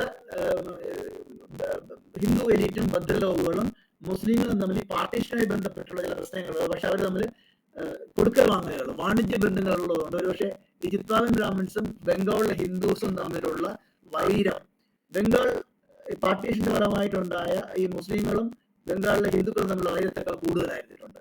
അപ്പൊ ഈ രീതിയിൽ പല രീതിയിൽ ഓവർലാപ്പ് ചെയ്ത സാധനങ്ങളുണ്ട്.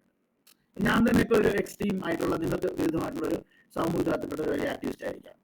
നിങ്ങൾ എനിക്ക് നേരെ ഓപ്പോസിറ്റ് റൈവൽ നിൽക്കുന്ന ഗ്രൂപ്പ് ആയിരിക്കാം. പക്ഷെ ഞാൻ നിങ്ങൾ തമ്മിൽ ബിസിനസ് ബന്ധം ഉണ്ടെങ്കിൽ ഞാൻ നിങ്ങളോട് ചോദിക്കുകയാണ്, എൻ്റെ ഒരു ഫംഗ്ഷനാണ്, എനിക്കൊരു 10,000 രൂപ നിങ്ങൾ ഡൊണേറ്റ് ചെയ്യണമെന്ന് പറയുമ്പോൾ നമ്മുടെ ബിസിനസ് ബന്ധം വെച്ചിട്ട് നിങ്ങൾ എൻ്റെ ഐഡിയോളജിക്ക് വിരുദ്ധമാണെങ്കിൽ നിങ്ങൾ എനിക്ക് 10,000 രൂപ തരും. തിരിച്ച് നിങ്ങളുടെ ഫംഗ്ഷന് ഞാൻ തരും. മനസ്സിലെ അങ്ങനെയുള്ള ചില എക്കണോമിക് ടൈസ് ചില ഡിഫറെന്റ് കമ്മ്യൂണിറ്റീസിലുണ്ട്. അപ്പൊ ഞാൻ ഈ പറഞ്ഞ എല്ലാ സമുദായത്തിന്റെ മാത്രം ബൈനറികളിൽ നിന്നുകൊണ്ട് കാണാൻ പറ്റില്ല. ബൈനറികൾക്ക് ഉപരിയായിട്ടുള്ള ദ്വന്ദ്ങ്ങൾക്ക് ഇതരമായിട്ടുള്ള ചില വളരെ കോംപ്ലക്സ് ആയിട്ടുള്ള റിലേഷൻഷിപ്പുകൾ ഉണ്ട് എന്നുള്ളതാണ്. ഇപ്പം അംബേദ്കറിനെ വളരെ ആർഡന്റ് ആയിട്ട് ഞാൻ ഈ പറഞ്ഞ രീതിയിൽ എന്ത് ചെയ്യുന്നുണ്ട്, ഹിന്ദുസിനെ വിമർശിക്കുന്നുണ്ട്. പക്ഷെ പല ഘട്ടങ്ങളിലും അംബേദ്കർ ഹിന്ദു സഭയിൽ തമ്മിൽ ചർച്ചകൾ നടക്കുന്നുണ്ട്. അത് ചില ഘട്ടങ്ങളിൽ അനിവാര്യമായി വരും. ചില ഘട്ടങ്ങളിൽ ചില സംഭവങ്ങൾ അംബേദ്കർ സെമിറ്റിക് റിലീജിയനിലോട്ട് പോകാത്തത്, അംബേദ്കർ പോകാത്തത് കൊണ്ട്, സെമിറ്റിക് റിലീജിയൻ മീൻസ് ഇസ്ലാമിലോട്ടോ ക്രിസ്ത്യാനിറ്റിയിലോട്ടോ അംബേദ്കർ പോകാത്ത ആ ഒരു കോൺടെക്സ്റ്റ് കൂടിയാണ്. ഹിന്ദുസ് ആർഡന്റായി എതിർക്കുമ്പോൾ തന്നെ അതിന്റെ ബേസിക് ആയിട്ടുള്ള ടെക്സ്റ്റുകൾ എതിർക്കുമ്പോൾ തന്നെ ഔട്ട്റൈറ്റ്ലി അത് റിജക്ട് ചെയ്യുമ്പോൾ തന്നെ he makes discussion with the leaders of the Hindu Mahasabha. They pleaded Ambedkar for not opting the religion, any Semitic religion. അങ്ങനെയൊക്കെയുള്ള സാധനങ്ങളകത്ത് വരുന്നുണ്ട്. അത് ചില കോൺടെക്സ്റ്റുകളിലൊക്കെ ആവശ്യമായിട്ട് വരാം. കാരണം എല്ലാവരെയും എനിമിയാക്കി നിർത്തിക്കൊണ്ട് ആൾക്കാർ ഫൈറ്റ് നടത്താൻ പറ്റില്ല. മനസ്സിലായി? ഇപ്പൊ നമ്മുടെ ചുറ്റും ഒരു സോഷ്യൽ കോസ് റേസ് ചെയ്യണം, പ്രയോറിറ്റൈസ് ചെയ്യണം. ഐഡിയലായിട്ട് ഒരു 10 കോസസ് നമ്മുടെ മുന്നിലുണ്ട്. ചില സമയത്ത് അതിന് ആദ്യത്തെ 3 പ്രധാനപ്പെട്ട കോസുകൾക്ക് മാത്രമേ പ്രയോറിറ്റൈസ് ചെയ്യാൻ പറ്റുള്ളൂ.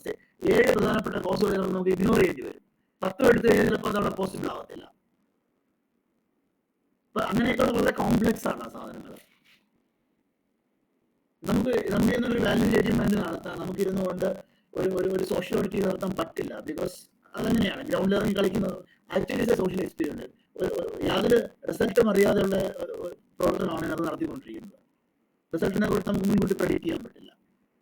എപ്പോഴാണ് പലതരത്തിലുള്ള എന്ത് ചെയ്യാൻ ടേൺസ് ആയിട്ട് സംഭവിക്കാം. നമ്മൾ ആൻറ്റിസിപ്പേറ്റ് ചെയ്യാത്ത പല പ്രോബ്ലംസ് ഉണ്ടാവാം. നമ്മൾ എക്സ്പെക്ട് ചെയ്യുന്ന ചില സാധനങ്ങൾ അത് ഡിഫറെന്റ് രീതിയിൽ മാനിഫെസ്റ്റ് ചെയ്യാൻ പറ്റും. അപ്പോൾ ഒരു സോഷ്യോ പൊളിറ്റിക്കൽ ആക്ടിവിസ്റ്റിന് സകല കോംപ്ലക്സിറ്റീസും ഉണ്ട്. അപ്പോൾ നമ്മൾ ഐഡിയലായിട്ട് നമുക്ക് 10 കാര്യങ്ങൾ പറയാൻ പറ്റും. But we may be able to put into practice only 3. Sometimes we have to sacrifice the 7 out of 10. That may happen. Clear? Hello? Are you there? Yes, sir. Anandu? G, ഇനി അധികം ചോദ്യങ്ങൾ ഉണ്ടാവില്ല എന്ന് പ്രതീക്ഷിക്കുന്നു. ഏതാണ്ട് 2 മണിക്കൂറിലേറെയായി നമ്മൾ സെക്ഷൻ കണ്ടിന്യൂ ചെയ്യാൻ. അപ്പോൾ ഇനി അധികം ഫോർമാലിറ്റീസിലേക്ക് കിടക്കാതെ നന്ദി പറഞ്ഞുകൊണ്ട് സെക്ഷൻ അവസാനിപ്പിക്കുകയാണ്. എല്ലാവർക്കും നമസ്കാരം.